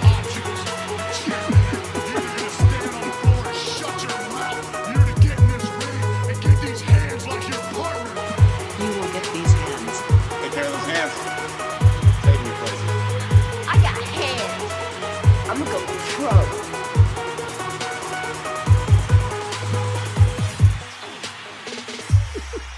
That's right. All caps toys, everyone. All caps toys. We're doing it together. Back Cyberfrog. Back the Cyberfrog campaign right now. Get free head. That's Alice DJ. That sounds like a Bad Boy Bill track to me. I don't know. Get some hands. Do it. Yeah. We got good ads. You know, we got I'm very Trumpian. We've got the very best people making the very best ads. Whoa, I can control your screen? Yeah. Why can I control your screen? That's weird. It's yours. I figured out, hold on, I'm removing it. So I figured out when you're using StreamYards, you hit the share button and then you can add videos. Other people can bring in videos for you to use. You get control of the videos. Just discovered that. That's amazing. I did not know. This is such a cool, stupid website. I do like StreamYards. I'm happier with it. We used to use Google Hangouts. It sucked balls compared to this, you know. Google Hangouts, anybody could just come on in whenever they wanted to. Here, you can gatekeep them. I like the gatekeeping. Yeah, the gatekeeping is nice. Mm-hmm.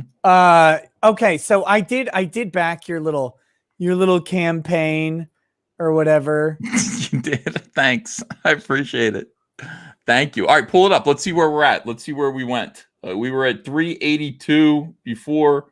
Oh, thank you, Nick. We're at here we go. I'll pull it up. I decided to get my kids a set.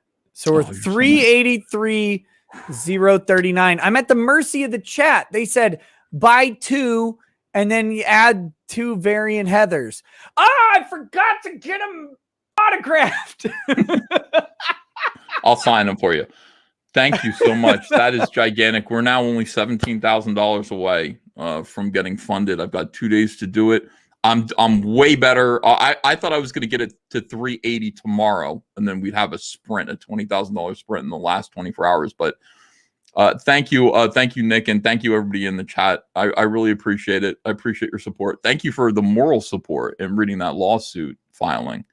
Yeah, and guys, like legitimately, this is something I've been talking about since 2019 specifically. When I started my escapism crusade, I started it then at Anime Matsuri, and I have continued it at every convention I've gone to that has given me a panel. Bubba Fest said they were going to give me a panel, and then I got there and they're like, nah, I guess. And I'm like, why wouldn't you have me do a panel? I do great panels. I give wonderful panel, the best panel you've ever had. You've never been to a panel like this. Well, you're going to go to that guy's panel? Have you seen that guy? Can't even talk, can't even get through a sentence. He's bumbling around, stumbling. He's got a green screen with helicopters. I don't use green screen. Only legitimate helicopters. I miss him. Every convention that has given me a panel room, I do some variant of this panel. It's the idea that your escapism is yours. It's for the fans. It's not about anybody else out there. It's not the creators. Conventions aren't for creators. Conventions aren't for voice actors or comic book artists or the vendors. They're literally, it's you. Everybody there is a service industry. They're all serving you. All of them are begging you to buy their thing, to engage in their product and what they do for you, though, not for them. Not for them. And so this is one thing I love to see. I've wanted us as the counterculture to break into these things. I loved seeing it in comics. I love seeing indie video games.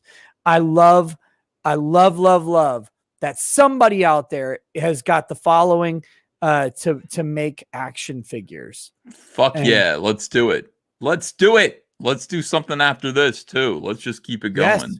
It's next, like you said, you're tackling animations. Let's start making shows.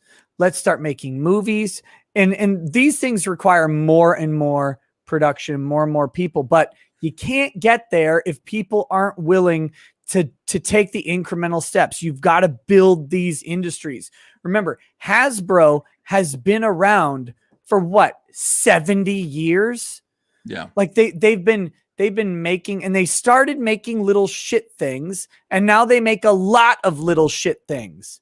Like they peaked in the 70s, 80s, and early 90s, and they made cool stuff, and then they dropped. Look at Lego now. Everything Lego makes, and by the way, Lego makes phenomenal quality products, but everything's just licensed. What happened to the Lego that I loved in the 90s, where they were making their own stuff? They had some asshole, he's like, no, I got to come up with something. I know. Space magnets.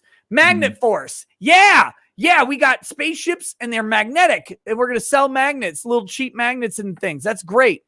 And then I want to make another Lego set. Space Castles, ice? medieval castles. Let's just Medieval do all castles. These. That was a great Lego line in the 80s. They had like space, medieval. They had pirates. That shit was rad. They had a frozen space planet, and all of the spaceships had skis on them. And I loved them. I don't know why, as a kid, I'm like, this is cool. Why do they have skis? Doesn't make sense. They're in space. Yeah. But now everything's just, oh, it's Star Wars. Oh, it's whatever. It's licensed. The cost tripled, and everything's like it all over the place. Everything is just shit. We got to make our own stuff, because even if you buy the licensed stuff, you're like, I love Star Wars today. Then boom, boom, boom, The Force Awakens comes out, and you're like, oh my God, I can never give them another dollar. Like I can't. Take that money. Stop supporting Disney. Stop supporting Warner Brothers. Stop Marvel, DC. Stop giving your money to these people. They hate you. I mean, if you have principles outside of like far left radical progressivism, they hate you. Take that money, put it into an Indiegogo campaign for a Comicscape book. I beg of you, put it into these toys. Put it into somebody else's toys.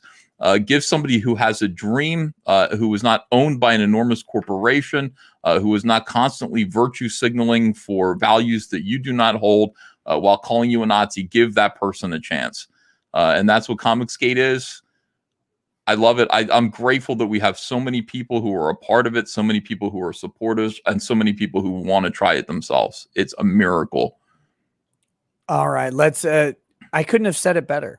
Let's do super chats. We'll check on the campaign one more time at the end.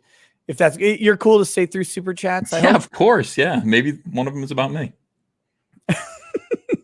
Babolsky says, make Ethan draw something with his foot again. Maybe Sonichu.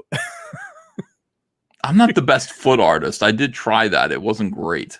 You've got to do an entire Sonichu comic with your foot. You're like the Daniel Day-Lewis of comicery. I don't. Shagaval says, autocorrect mess. God is a that likes hot meat. I think autocorrect got him again. A thought. Yep, it did. Get grifted by autocorrect, jackass. He had to send 3 super chats to say this one funny one because autocorrect kept screwing him over. Oh, it makes me happy. Ulash1 says, did you hear Thea White, the VA for Muriel encouraged the cowardly dog, died? I did not. Solid Redfield says the dimensional merge is still no match for DSP. Look, DSP will outlive everybody and everything on this planet. Persona non grata says, how have the last few days been? Better journalism than Tim Pool, Lamau. That's Ethan Ralph screaming, how the last few days been? I'm sorry. I like him. I like Ethan Ralph. He's funny. It sounds like every one of my relatives when I show up at a family reunion. Hey there, Nick. How the last few days been? I haven't seen you in 2 years. Fatal system error. Welcome to super lawyer status. Whoop, whoop, whoop. Jackson Kai said, that was my sound effect. Jackson Kai says, found 13 Sonichu comics on Amazon just now. Volumes 0 to 12. $10 for paperback and $2 for Kindle. There you go, Ethan. Wow. Shakaval says, to be fair, lots of deities had familial relations. They did. That's true. And Chris Chan is God of Quickville. So, something to think about. Ball Giant says, EVS, look up Geno Samuel 2.1. He has the full documentary on how Chris Chan became Chris Chan. It's something like 60 episodes. I'll watch it starting tonight.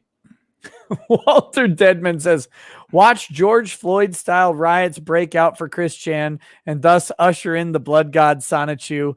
Hashtag the merge is happening.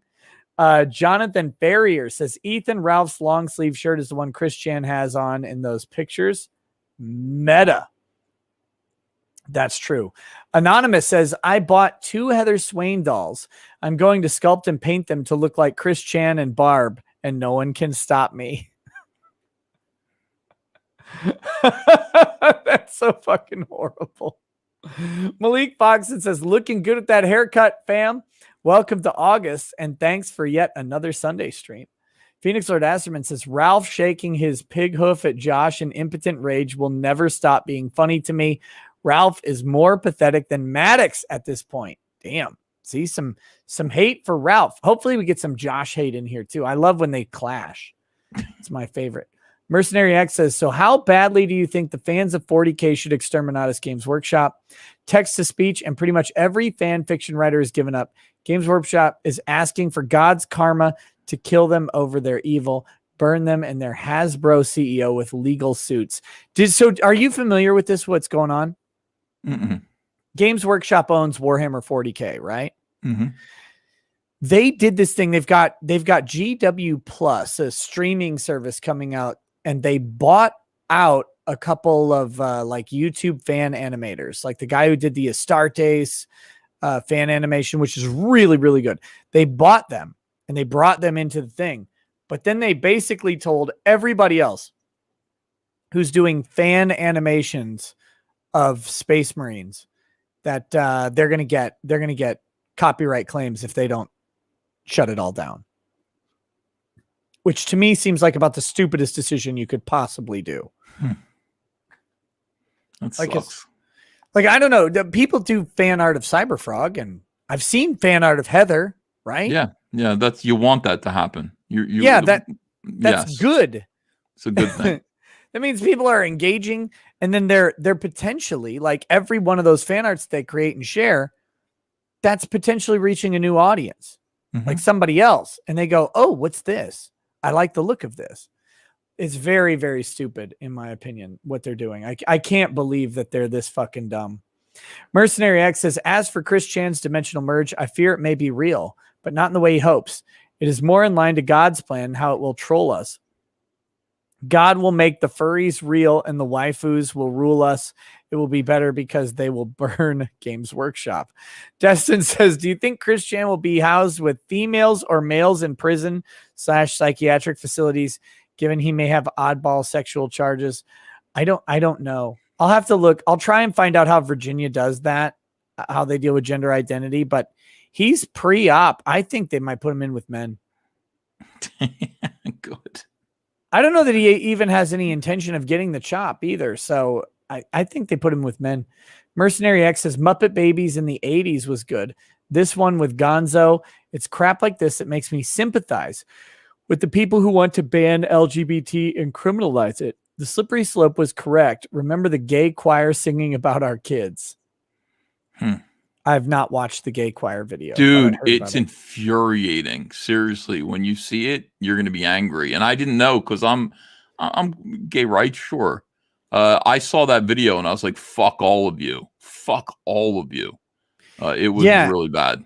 I've only heard about it. Like I've never suffered through it. Maybe I'll have to do that. You should do it just to be aware of it. Crusader Saracen says EVS giving us literary analysis of He-Man through a gender studies lens is not something I knew I needed. Great stream, Nick. Hope to see you on more, Ethan. You're always great to see. God be with both of you, gentlemen. I'm glad to be here. It's a pleasure. Tread Clown says all Muppets are caricatures of mental illness and neuroses. Gonzo is non-binary thinking emoji. That is pretty funny. It's like, it's a good point. Surprise, motherfucker. Sent $2. It doesn't say anything else. Mercenary X says the problem is the shareholders, specifically those like BlackRock and other investment corps. They've got everyone by the balls and they're pushing an agenda. Any word on the Vic case? Nope, because I haven't been keeping up because I've been trying to stay alive. No, the Vic case, if we get an update, it'll be on a Thursday. And there's nothing. There's no way to predict it. There's no one who can enforce the rules of the appeals court on themselves. So sorry. Walter Deadman says, wait, I read that one. Not applicable says, hey, you lose some weight, Ethan. Looking good, bud. Hey, Thanks. there you go. So you said you were working on it, so it's showing. Yeah, here comes the counterpunch, though. I know better than this. They don't say anything. It just Really? says looking good, bud. Oh, thanks. Babalski says, Ethan Suppley is fit now, you frog fucker. Ethan Suppley is fit now, you frog fucker. Because I said he was another fat Ethan, and they said, no, he's fit now, you fat frog fucker. They didn't say fat. I just threw that in there. Yeah. Patrick says, Nick, did you see the motion to quash the pro bono law Twitter dorks filed against Chris Avalone's suit? Oh, God. Did a law Twitter lawyer take up Chris Avalone's a case against Chris Avalone? No one told me that. They're just like, oh, you gotta look at the motion to quash. I didn't know that was real. Oh, fucking hell. I know. Tomorrow's show. No, tomorrow I've got Nerdrotic on. So, but this week for sure. It's pretty hilarious and demonstrates law Twitter's professionalism. They don't have none. As much as law Twitter likes to say, oh, Nick doesn't practice. He just shit posts on YouTube. None of them have ever practiced, and not because they're shit posting on YouTube. They don't practice because they're just bad at being people. Why would anyone work with them? Would you ever hire Mike Dunford? He'd be like, hello, I'm Mike Dunford. I do copyright law. Would you hire me? No one else did. Literally no one has ever hired that man to do anything. He relies on his army wife. Ooh, God. Hopcrop says, since EVS is here, I might as well show my comic. High Treason League is available on Indie Planet and Comixology. Great for manga fans. There you go, guys. Check out High Treason League. Shadows King 101 says, I got my Cyber Frog warts and all in the mail yesterday. UPS beat the shit out of the box, but it's a fantastic book. Hey, when am I going to get my Blood Honey box set that I bought? When is that? You mean your Wreck Planet? Wreck Planet, yeah. Wreck Planet. Still working on it. On the comic. I saw someone get something in the mail, and I was like, I'm jealous. I want my thing in the mail. We're shipping the Warts and All campaign right now. It's a beautiful hardcover edition of all of the stuff from the 1990s. So people are getting that. Okay. Damn it. Loreddit Silver member says, Ethan, your breakdown of the hidden meaning behind He-Man was the funniest thing I've watched all week. Shakaval says, Miss Piggy was also a domestic abuser. Mm-hmm. Get pegged, Kermie. No. Ow. Stop it. Use lube. Not applicable says, Henson was a communist lunatic. Damn. Guns blazing on Jim Henson. Ascended Not So Handsome Jack says, can we get the He-Man and strippers of the universe? That'd be good.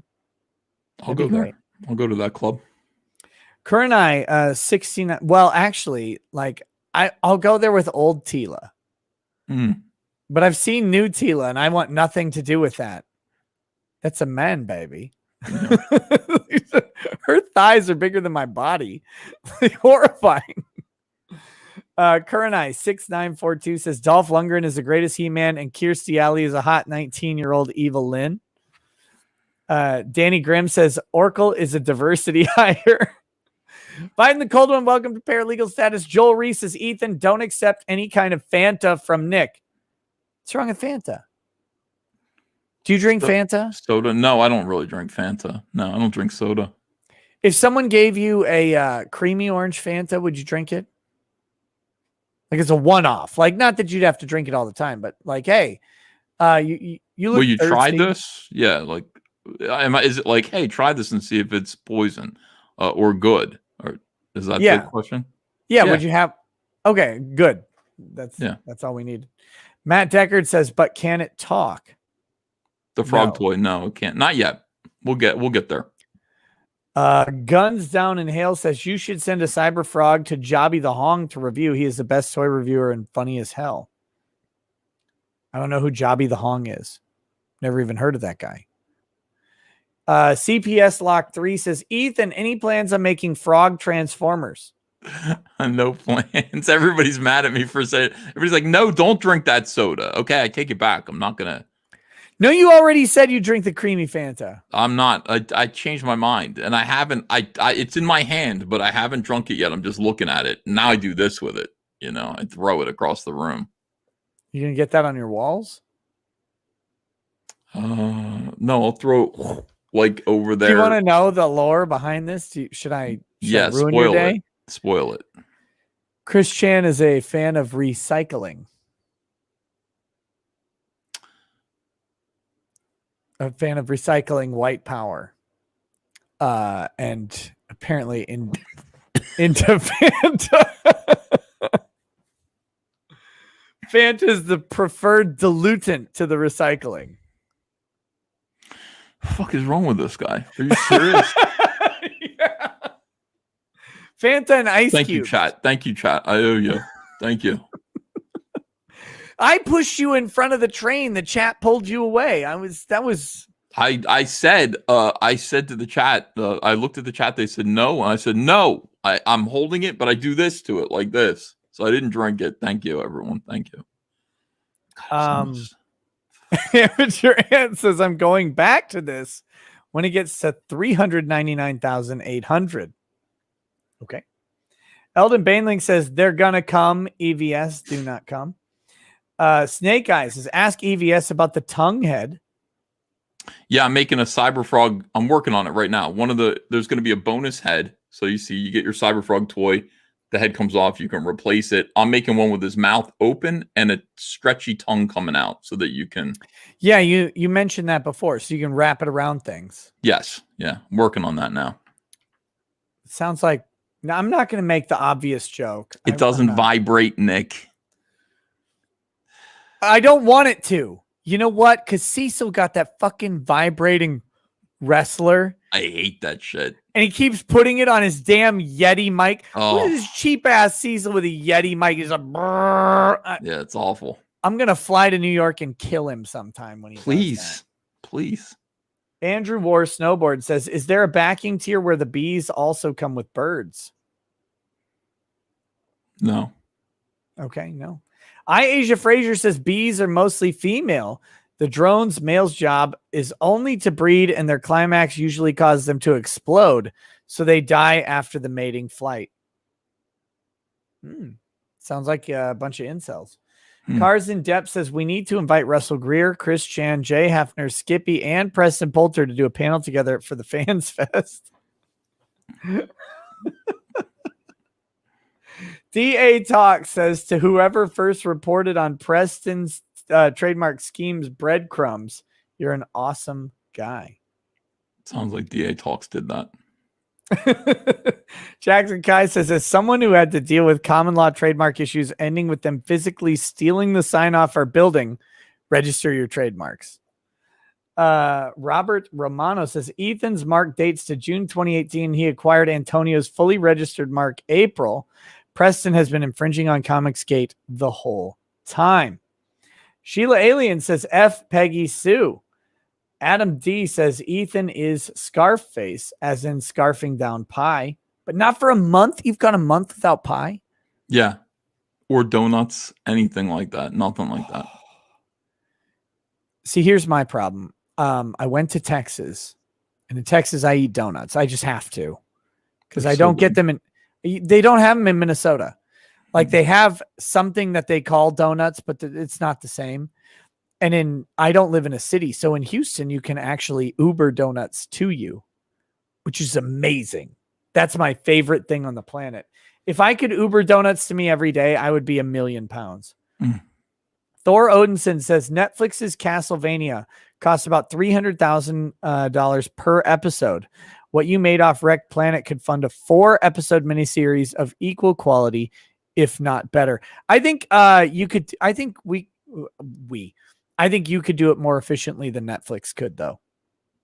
Yeah, probably. And how long is an episode? Because I could make 8-minute episodes. Yeah, there's the standard 22, 24, something like that. Yeah, I would just make shorts. I would make 30 minutes total and break it down into 4 parts. Yeah, but they those guys like the way Netflix did Castlevania. I mean, you're talking hiring union voice talent, which isn't that expensive. You're going to spend a lot of money on the ADR direction. You're going to spend a lot of money on the post-production sound stuff. Really expensive animation that's done by trade animators. I don't know. I think people doing a labor of love could do it a lot cheaper. Vic Mignogna, voice of Salamandroid. That'd be great. That'd be great. We would only use people who were canceled. Gina Carano is Heather Swain. She's already interested. We could do it that way, and it would be fun. It would be meaningful, which is what I want. I know a lawyer who does voices. His name is Kevin Landau. Downshift says we're done for. Might as well change the name to Complaint Gate. Fix this now. Eldon Bainling says I'm getting nose job in copywriting Ricada Law. Jackson Kai says sorry, Nick. Ethan stole your super chat money. Had to support a toy that my nephew will likely steal in some comic books. Lol. He didn't though. You sent the super chat to say that. Maybe you would have sent more, but I don't bring people on here so that I get a bunch of super chat money. I bring people on to, talk about their stuff. I want independent creation supported. That's legitimately, it's one of my things that I want to happen in this world. So I'm glad. I want people to back these. If I didn't want people to back the toys, I wouldn't have brought Ethan on and I wouldn't have bought them. I would have said, don't back this. That's what that would have been it.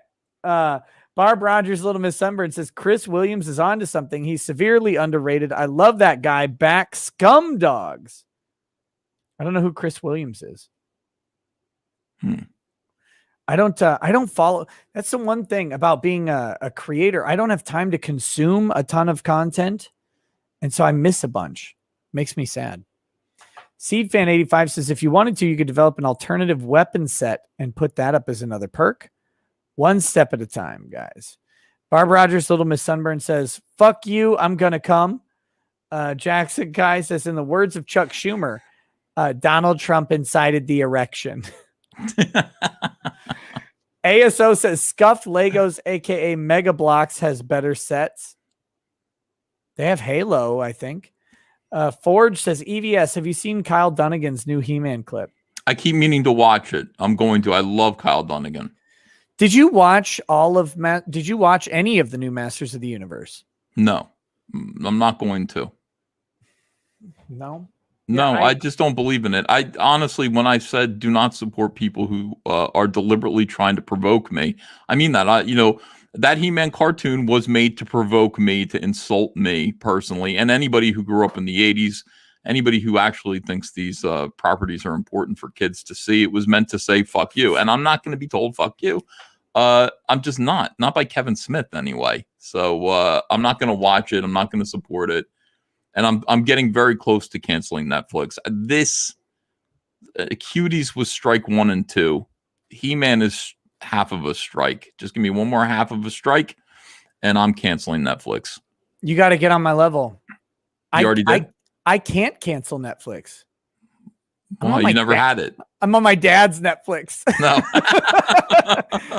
My parents have Netflix, and they're like, they created a profile for like the kids and stuff. And I'm like, all right, whatever. So anything I watch, but I haven't watched a second of He-Man, and I won't. Like, I don't care. I get the updates. I don't have time anymore. I don't have time for people who hate me. YouTube is great. YouTube is full of people who hate me, but it's also full of people who love me. So I'm going to watch things on YouTube. And my Netflix money, which is like $14.99 a month, 2 months of that can buy me a comic book. It can buy me a copy of Godlike by John Malin. So I'm going to cancel it. I'm going to pour that money into Indiegogo campaigns by comic skaters. Yeah, it's amazing. So you were saying your daughter likes Muppet Babies or whatever. Mm-hmm. Yeah. I have tried to get my kids into various TV shows. I tried to get them into stuff that I liked as a kid. Oh, Animaniacs was released on Disney Plus, another thing that I don't pay for, which is great. My parents have Disney Plus. Animaniacs comes out and it's like, oh, cool. The kids are going to love Animaniacs because I watched this all the time. It's very funny. They hated it. It doesn't work. It doesn't work. And I'm not talking about the new one. I'm talking about the old Animaniacs stuff. even. My kids, you know what they watch? They watch Minecraft streamers. They watch people making weird fucking music videos for their indie games projects. Like that's what they watch. And I'm like, why would I interfere with this though? My kids embrace independent creators, indie creators. That's all they do. And I thought about it and I'm like, I barely watch any TV at all. Yeah. It's all indie stuff. I've been watching some jackass named Chris Super Bomb Jumbo play Bloons TD6. Bloons, a mobile game. This man is playing a mobile game, and I'm watching YouTube videos of this. And I'm sitting here, I'm like, when is the bullet going through the back of my head? Because why am I doing it? But I don't know. Something about it. It's compelling. That's YouTube. That's independent creation. There is a market for everything. It's crazy. Rule 34 talks about there's a porn for everything, but the real rule is like rule 1 of the internet, that there is a market for literally any content. Yeah. And I tried to get my daughter to watch Looney Tunes, classic Bugs Bunny cartoons, and I thought every kid would like that. They're so bored by that shit. They hate it now. It's a completely different style of entertainment. And we don't understand it. Our parents don't understand it. But the kids do. And the fact to me, this is what gets me, that Warner Brothers, Marvel, and Disney don't get that they haven't figured that out, that kids watching content on YouTube are making connections with these creators and establishing trust rather than making connections with brands, faceless brands, and establishing trust. They're establishing trust with people. And the fact that Disney can't figure out how to do that, and because they're still stuck in their old model, and they're like, no, this model still makes money. It's like, yeah, but it's not going to. The only reason that still makes money is because the people who are 20 to 40 have all been doing that their whole lives. But the kids who are 10, 15, none of them watch any. Whole generation raised on reality TV. Do you remember when reality TV took over and scripted TV just ceased to exist? Yeah. I mean, there were no more sitcoms. There were no music videos. MTV was the first victim of reality TV. There was literally, you could turn on MTV any given minute of the day. You would never find a music video. It's like, this is music television. There's no music. Some fucking reality TV that's over edited, but it was still so good compared to what we were used to. That led to this. That inevitably led to YouTube culture, people just watching independent creators. That's what kills me about these like reboots. Oh, we're going to give Kevin Smith He-Man. You don't even understand. If Kevin Smith isn't making He-Man for 35-year-old men who watched He-Man, then Kevin Smith might as well not make it. Like, because if you're making it for the new woke 18-year-olds who are out there, they don't want to watch it. If you're making it for 12-year-olds, they don't want to. It's not about the wokeness. They just don't give a shit about that type of entertainment anymore. So, like, what are you doing if you're going to reboot a beloved series like this Ghostbusters stuff? Why isn't Ghostbusters just Bill Murray being the last Ghostbuster, sitting there with a cigarette hanging out of his mouth? Ray's dead. Egon's dead. Winston's in jail because that'd be racist. And he's just sitting there going, fuck. Venkman here. Last line of defense for the entire planet. I would watch that movie 100 times. That sounds great. I don't want family Ghostbusters. I don't want women Ghostbusters. I don't want blank Ghostbusters. If you're going to make Ghostbusters, make it Ghostbusters. If you're going to make He-Man, make it He-Man. Don't make it Tila. It's fine. If you want to make a Tila show, just call it Tila. Hi, Tila. There we go. But none of these, it's blowing my mind. I'm like, how do you not know? Because none of these studio execs have kids, maybe. Maybe they just got all their kids from Epstein, so they don't have their own. Oh, shit. Okay, here we go. Damn it. Let's see. Fed Raham Lincoln says Nick voicing a Cyberfrog toy ad as Trump, telling us how they're the greatest toys ever would be hilarious. Would that ever be possible? Yeah, that'd be easy. Eldon Bainling says, Uncle E, is everything okay between you and Flash? Yes, I think so. Yesterday, Yellow Flash booted me from his stream. Look, that was the funniest thing I've ever seen. You come in, you're like, hey, Flash, blah, blah, blah. I came in yelling at him. Well, the whole thing was, there was a misunderstanding. So I guess John Malin was supposed to launch on Yellow Flash's stream. He's supposed to launch Godlike.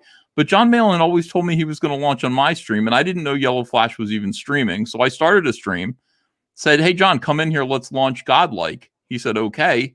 And then I heard that Yellow Flash was mad. I saw that he left the DM room in a huff. He just said, message received. Yellow Flash left. And I didn't see it said Yellow Flash. I said, yeah, there was no message. No, don't take this the wrong way. But he was already gone. So I could see how that kind of miscommunication could ruffle some feathers, though. Yeah, of course. Right. Of course. But it wasn't intentional. You know, it was just, it's the way things went. And his stream was already going in a certain direction. And, you know, John was launching Godlike, something he'd been working on for a year and a half. And it was very, very important to him. So, you know, anyway, he ended up being on my stream. And really what I wanted to do was call Flash a knucklehead, but apologize to him. So you don't have to leave like that. You do this all the time. Like, just wait for somebody to say, hey, man, you know, sorry for the ruffle feathers. But Yellow Flash, yes, he did not hear the message, and he booted me from his live stream, which was like, it was the funniest possible one of us is joking, and one of us is really fucking pissed off. So he was so drunk. He was so drunk. I was dying. I was like, tell him to stop. I mean, this is the thing. Yellow Flash, you know, I love that guy. I have nothing, you know, but respect for him. He's been around in this orbit in Comicsgate doing this kind of stuff, getting better and better at it. Always loved them. It didn't mean to ruffle any feathers, you know, not at all. And you know, we can talk. We don't have to, you know, that's the whole thing. I wouldn't change a minute of it because it was so funny when he kicked you off. I was dying. I could not believe it. I was like, whoa, this guy's actually angry. Okay. So it is what it is. Shadow Fenrir 24 says, is Warts and All still available? Well, it's going to be. This week, we're going to put it up on our eBay store. So I just have to finish fulfilling it. We've got 800 more packages to go out. We're almost done, and then it's going right up on eBay. You'll be able to get it. Sam Pack says, Ethan loves pie, but does he love refrigerators? I love refrigerators. Oh, I don't know the reference. It's just... Flash plays it in the intro to all of his shows. It's this Asian guy who's like he owns like an appliance store. Mm-hmm. And there's like this 7-minute long ad, supercut of ads that he's done where he's like, microwaves are beautiful, you know, and he opens like the microwave room, but he comes up and he walks down this long ass line of refrigerators. And it takes like 20 seconds of the 30-second ad. And he gets there and he's like half winded. He puts his hand on, I love refrigerators. And that's the end of it. It's like, yeah, you wasted I love them too. All of it. Yeah, love them too. Quality Fan Dub says, just tuned in to two of my favorite people.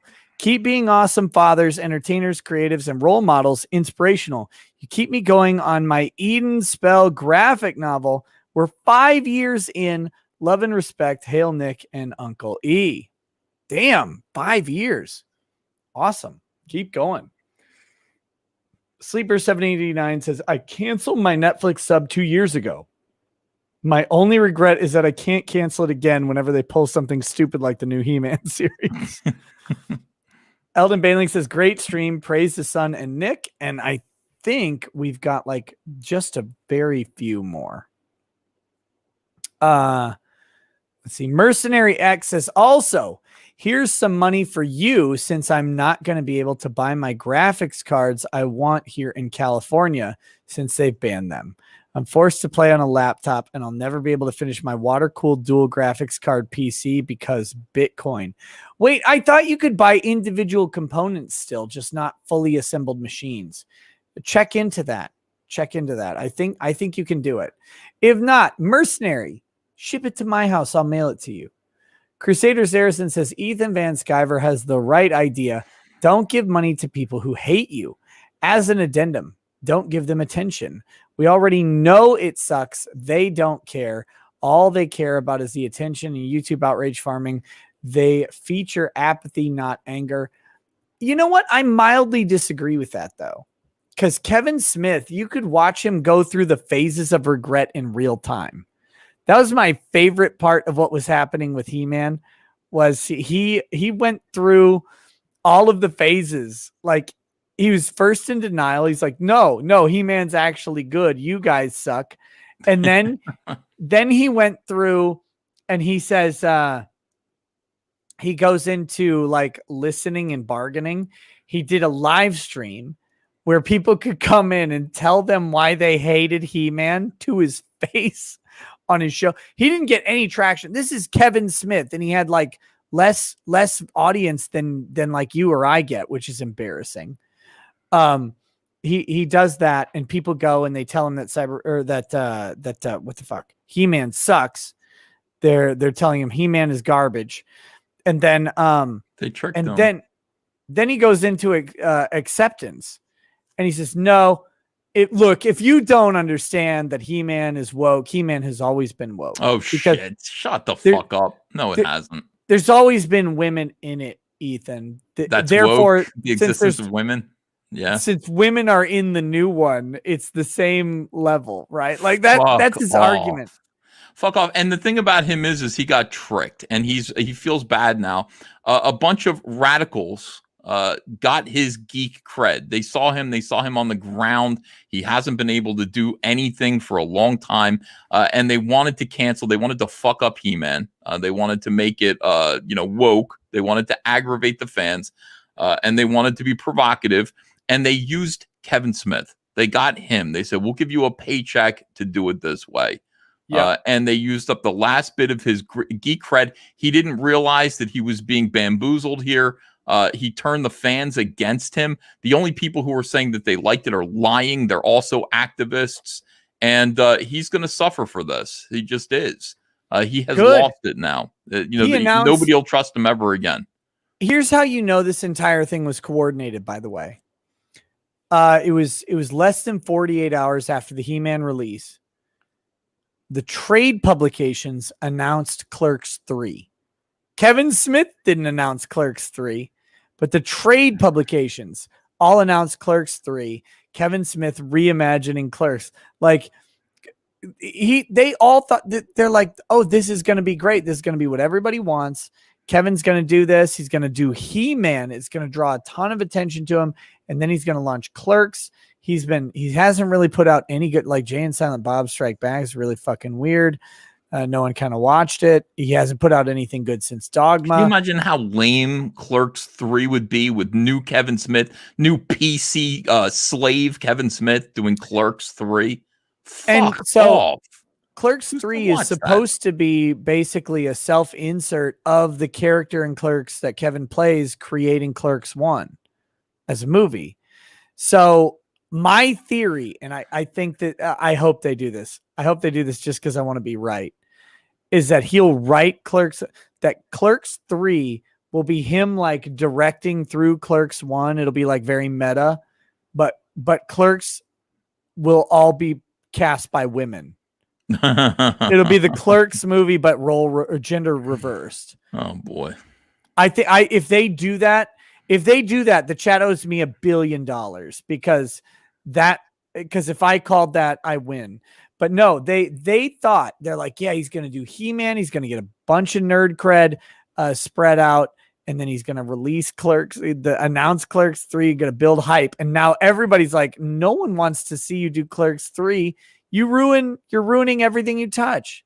You're not Fuck the same off. guy anymore. The whole thing about Kevin Smith was that he was a nerd. He was a geek, but he was super crude and un-PC. He was very Jersey and sloppy.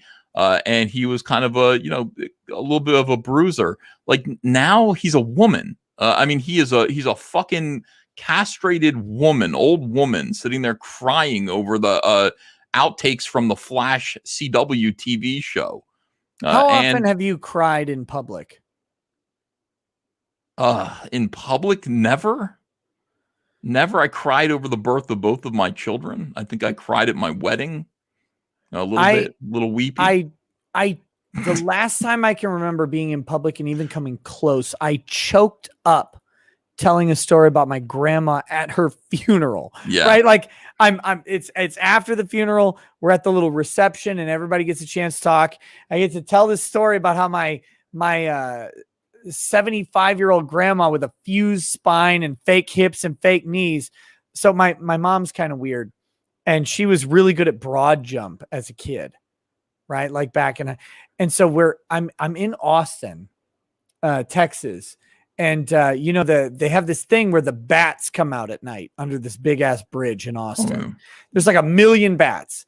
So they all fly out and they're just flying out constantly. So my sibling had lived in Austin at the time.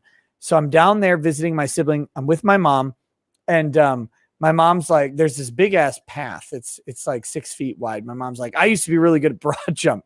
So she broad jumps across the path. I'm like, Mom, stop this. I'm like, what are you doing? We all know that you were good at broad jump in high school. Jumping 6 feet isn't all that impressive. So then my sibling does it.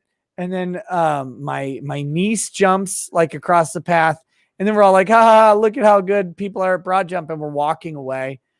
And while we're not paying attention, my grandma, who's got like a cane, goes up to the path, this concrete path, and she goes to broad jump across it. And she lands and she immediately falls. And like, this is like, people this age, when they fall, they die from it. And we're like, what the hell are you doing? But, that was my grandmother. Like, she's just like, age was never a thing to her. And it never even occurred to her. She literally has one vertebrae unfused in her spine at this point. Both of her hips are fake. Both of her knees are fake. And still she goes up and she does a broad jump. And so I share this little memory and I kind of got choked up while talking about it. And I can't imagine crying anywhere near. And this is at the funeral of my dead grandmother. And I'm like, I would never cry here. And if I were about to cry, I would leave. Kevin Smith's at the trailer of the 9th Star Wars movie, he's crying. He's weeping like that openly. It's like, what are you doing? What is wrong with you? Are you just mainlining estrogen? Why are you crying? Get out. What the hell is wrong with these people? Your grandma's like, it's a broad jump. I'm an old broad. It's for me. Literally her. She was so funny.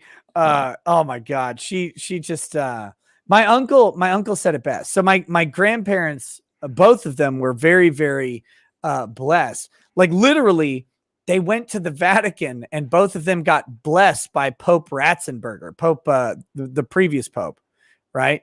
They both got blessed in person by him. They were members of this like Royal Order of Vatican Knights or something. I don't know. They're weird old Catholics. They got to meet all kinds of people in their lives. My uncle is telling, this is his speech. And this choked me up a little bit too when he told it. He said, all of these people got to meet my mom.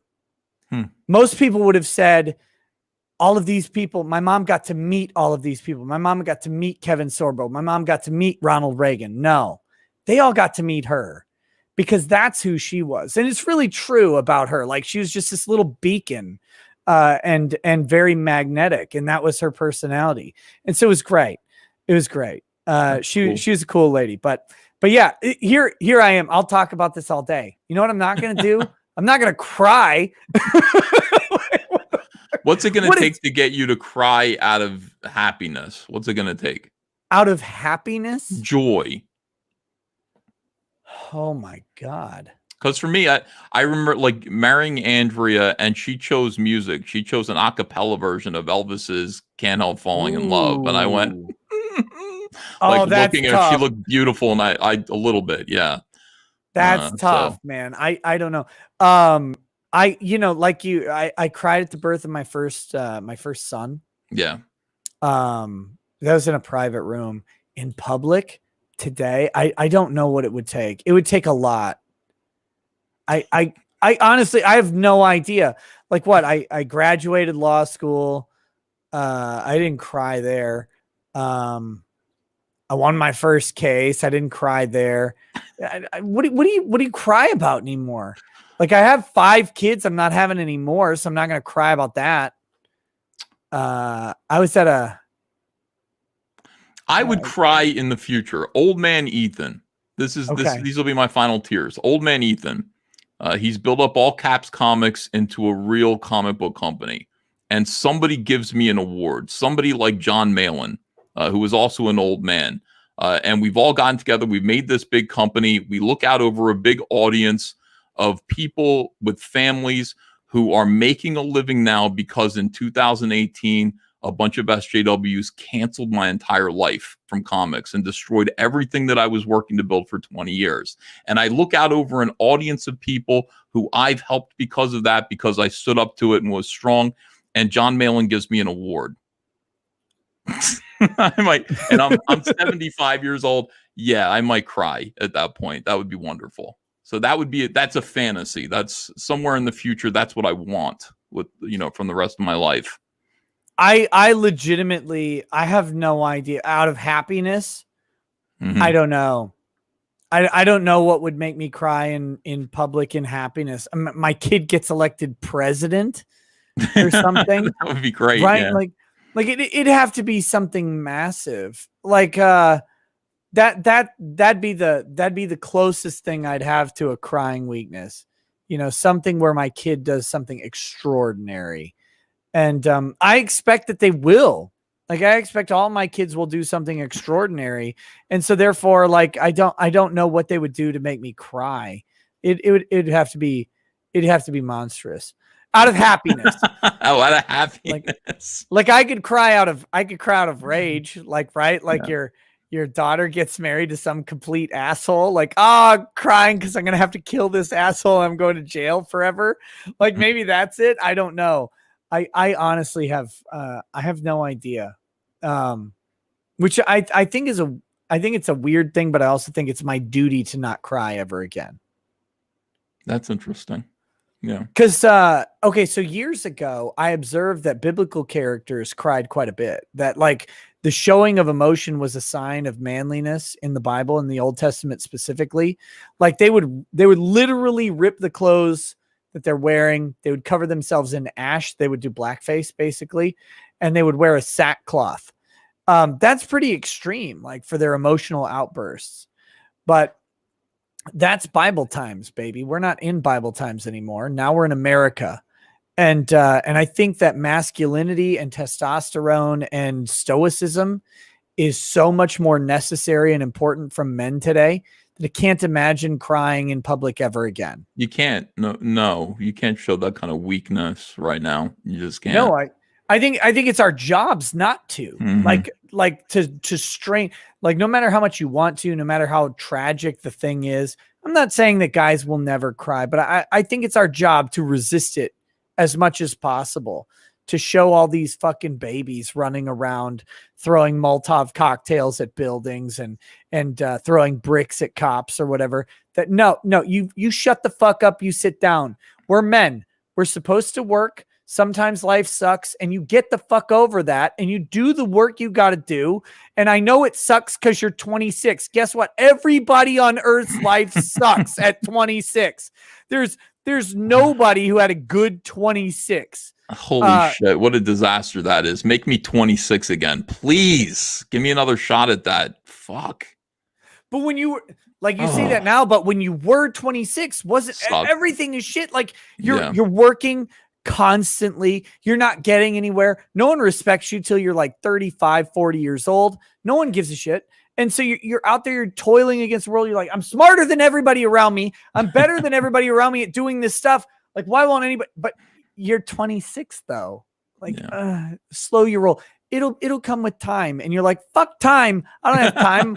I'm 26. I'm old. By the time you get into your 40s and things get easier, you're like, I wish I was 20 again. I wish I could go back and, be young again. You're like, now, make me make me 22 again when I could drink all night. I could sleep for an hour and then work for a week straight without anything.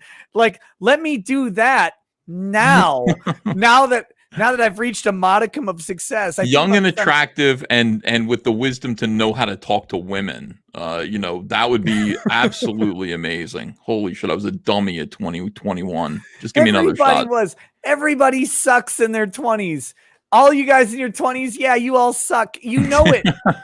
And when you're 35, 40 years old, you're going to look back and go, oh my God, I was a piece of shit in my 20s. I wish I was cooler. And but see now, like what they're trying to do is make that, men in your 20s. Like this is what Antifa is built on, right? Fuck, like this waste. The soy rage boiling over. Guys, what you don't know about boiling over, the froth that boils over the pot goes down into the fire. Don't do it. Be stoic, be men. You suffer in silence, you work through it. And that's what we've always done. Men in their 20s, in the 40s, were dying in war. And they weren't bitching about it that much either. Like we've changed so much, and it's because of these fucking wokies who are telling us that we're entitled to everything. You don't get to be the masters of the universe because at 20 everything was given to you. You worked through all the bullshit. Yep. Anyway, that's my preaching men shit. Love it. All right, couple more. Let's see. Salt says, Ethan, are you going to defend your IP when the Not Starfire sequel, warts and all, is released? That's not my IP. They can use the phrase warts and all. I could, they're free to use that. Ryan H says, love this guy as Sully in Monsters, Inc. Fan Advocacy Network says, if Hasbro made action figures of Tila from the new show, they would run out of plastic from those enormous man shoulders. Poorly Redacted says, crying out of happiness, global recognition of the Second Amendment interpreted as intended. Okay. There is something. You're right. Jackson Kai says, I'm pretty sure you are right about Clerks 3. So here's my $5 of your billion. Chat needs $1,428,571,428.58 to pay for Susan's cut. So the YouTube 30%. Thank you. Wolfgang Deo says, you can still drink all night. You need to rest more to regen, get back to your 20s. And I did not suck at 20. Gay. I was in the Navy. I was in the Navy, though. So you did. Okay, got it. Literature Devil says, if men cry in public, it better be tears of blood. What happened to this? Have you ever seen Iron Monkey, the movie with Donnie Yen and Chow Yun-Fat? Oh, I love Chow Yun-Fat, but I haven't seen Iron Monkey. Iron Monkey is great. Fantastic kung fu flick. It's got the right blend of comedy and action. But Donnie Yen's kid starts crying and he smacks him and he says, a strong man sheds blood before he sheds tears. Damn. Yeah, exactly. Nailed it. Awesome. Wolfgang Deo says hashtag exposed on that Navy bit. Let's see. And then I think that's all. Trump poetry, please, says Tony Goza for $2. Are you familiar with Trump poetry? Mm-mm. Where's my Trump poetry book? Lady Rackets moved it. I have a book of Trump poems. I'll find it in just a second. Let's see. Mercenary X says, no, they're trying to ban those individual components as well. They're supposed to be putting up something in the legislature 2 weeks. This is another reason why I believe we didn't vote for the Democrats. They're ruling over us with their Dominion machines. Well, that's in reference to the the ban on high quality, whatchamacallit, high quality computer parts. Here, let me see if I can quickly find this Trump poetry book. Thank you, J Dog, by the way. I'll look it up. Iron Monkey's on Amazon Prime. I wonder if was it directed by John Woo? I mean, yeah, it's dude, it's great. It's a required watch, in my opinion. I think it's fantastic. Okay, I'm going to take off my headphones for 1 second. Cyberfrog, 384, 842. Amazing. We're this close to 385. Thanks, everyone. Thank you. Appreciate it. I think we're going to make it. For a while, it didn't look like we were, and there were all kinds of weirdos who were just like, oh, is this going to be the very first Ethan Van Sciver Comicsgate campaign to fail? And they couldn't wait. They were sitting by just waiting for this. Now, it hasn't passed yet. We haven't succeeded yet. But I think we are going to make it. And thanks. I appreciate it. Because fuck these people who are just sitting around waiting for me to fall on my face. It's not going to happen. We succeed. We succeed gloriously at every endeavor. That's what it's all about. Okay, here we go. Look at this. Oh, shit. The beautiful poetry of Donald Trump. Oh, that looks great. Yeah. Every one of these poems has citations for all of the quotes in it. So here we go. This is I won. Well, we've had some disasters, but this is the worst. That's I won by Donald Trump. Okay, here we go. This is I make this promise. I make this promise. I, Donald John Trump, do solemnly swear that I will faithfully execute the office of President of the United States and will, to the best of my ability, preserve, protect, and defend the Constitution of the United States. I promise I will never be in a bicycle race. I will not rename the White House. And I promise not to talk about your massive plastic surgeries that didn't work. I promise. Thank you. That's great. I got somebody sent me this beautiful coloring book, adult coloring book called Fuck Trump Forever. And wow. Yeah, and it was a coloring book, and you open it up and it's like fuck Trump, and you color it, turn the pages, and it's like Ruth Bader Ginsburg, my hero, my queen, turn more pages. And it's just like fuck Trump, and then finally it gets to resist Trump a million times.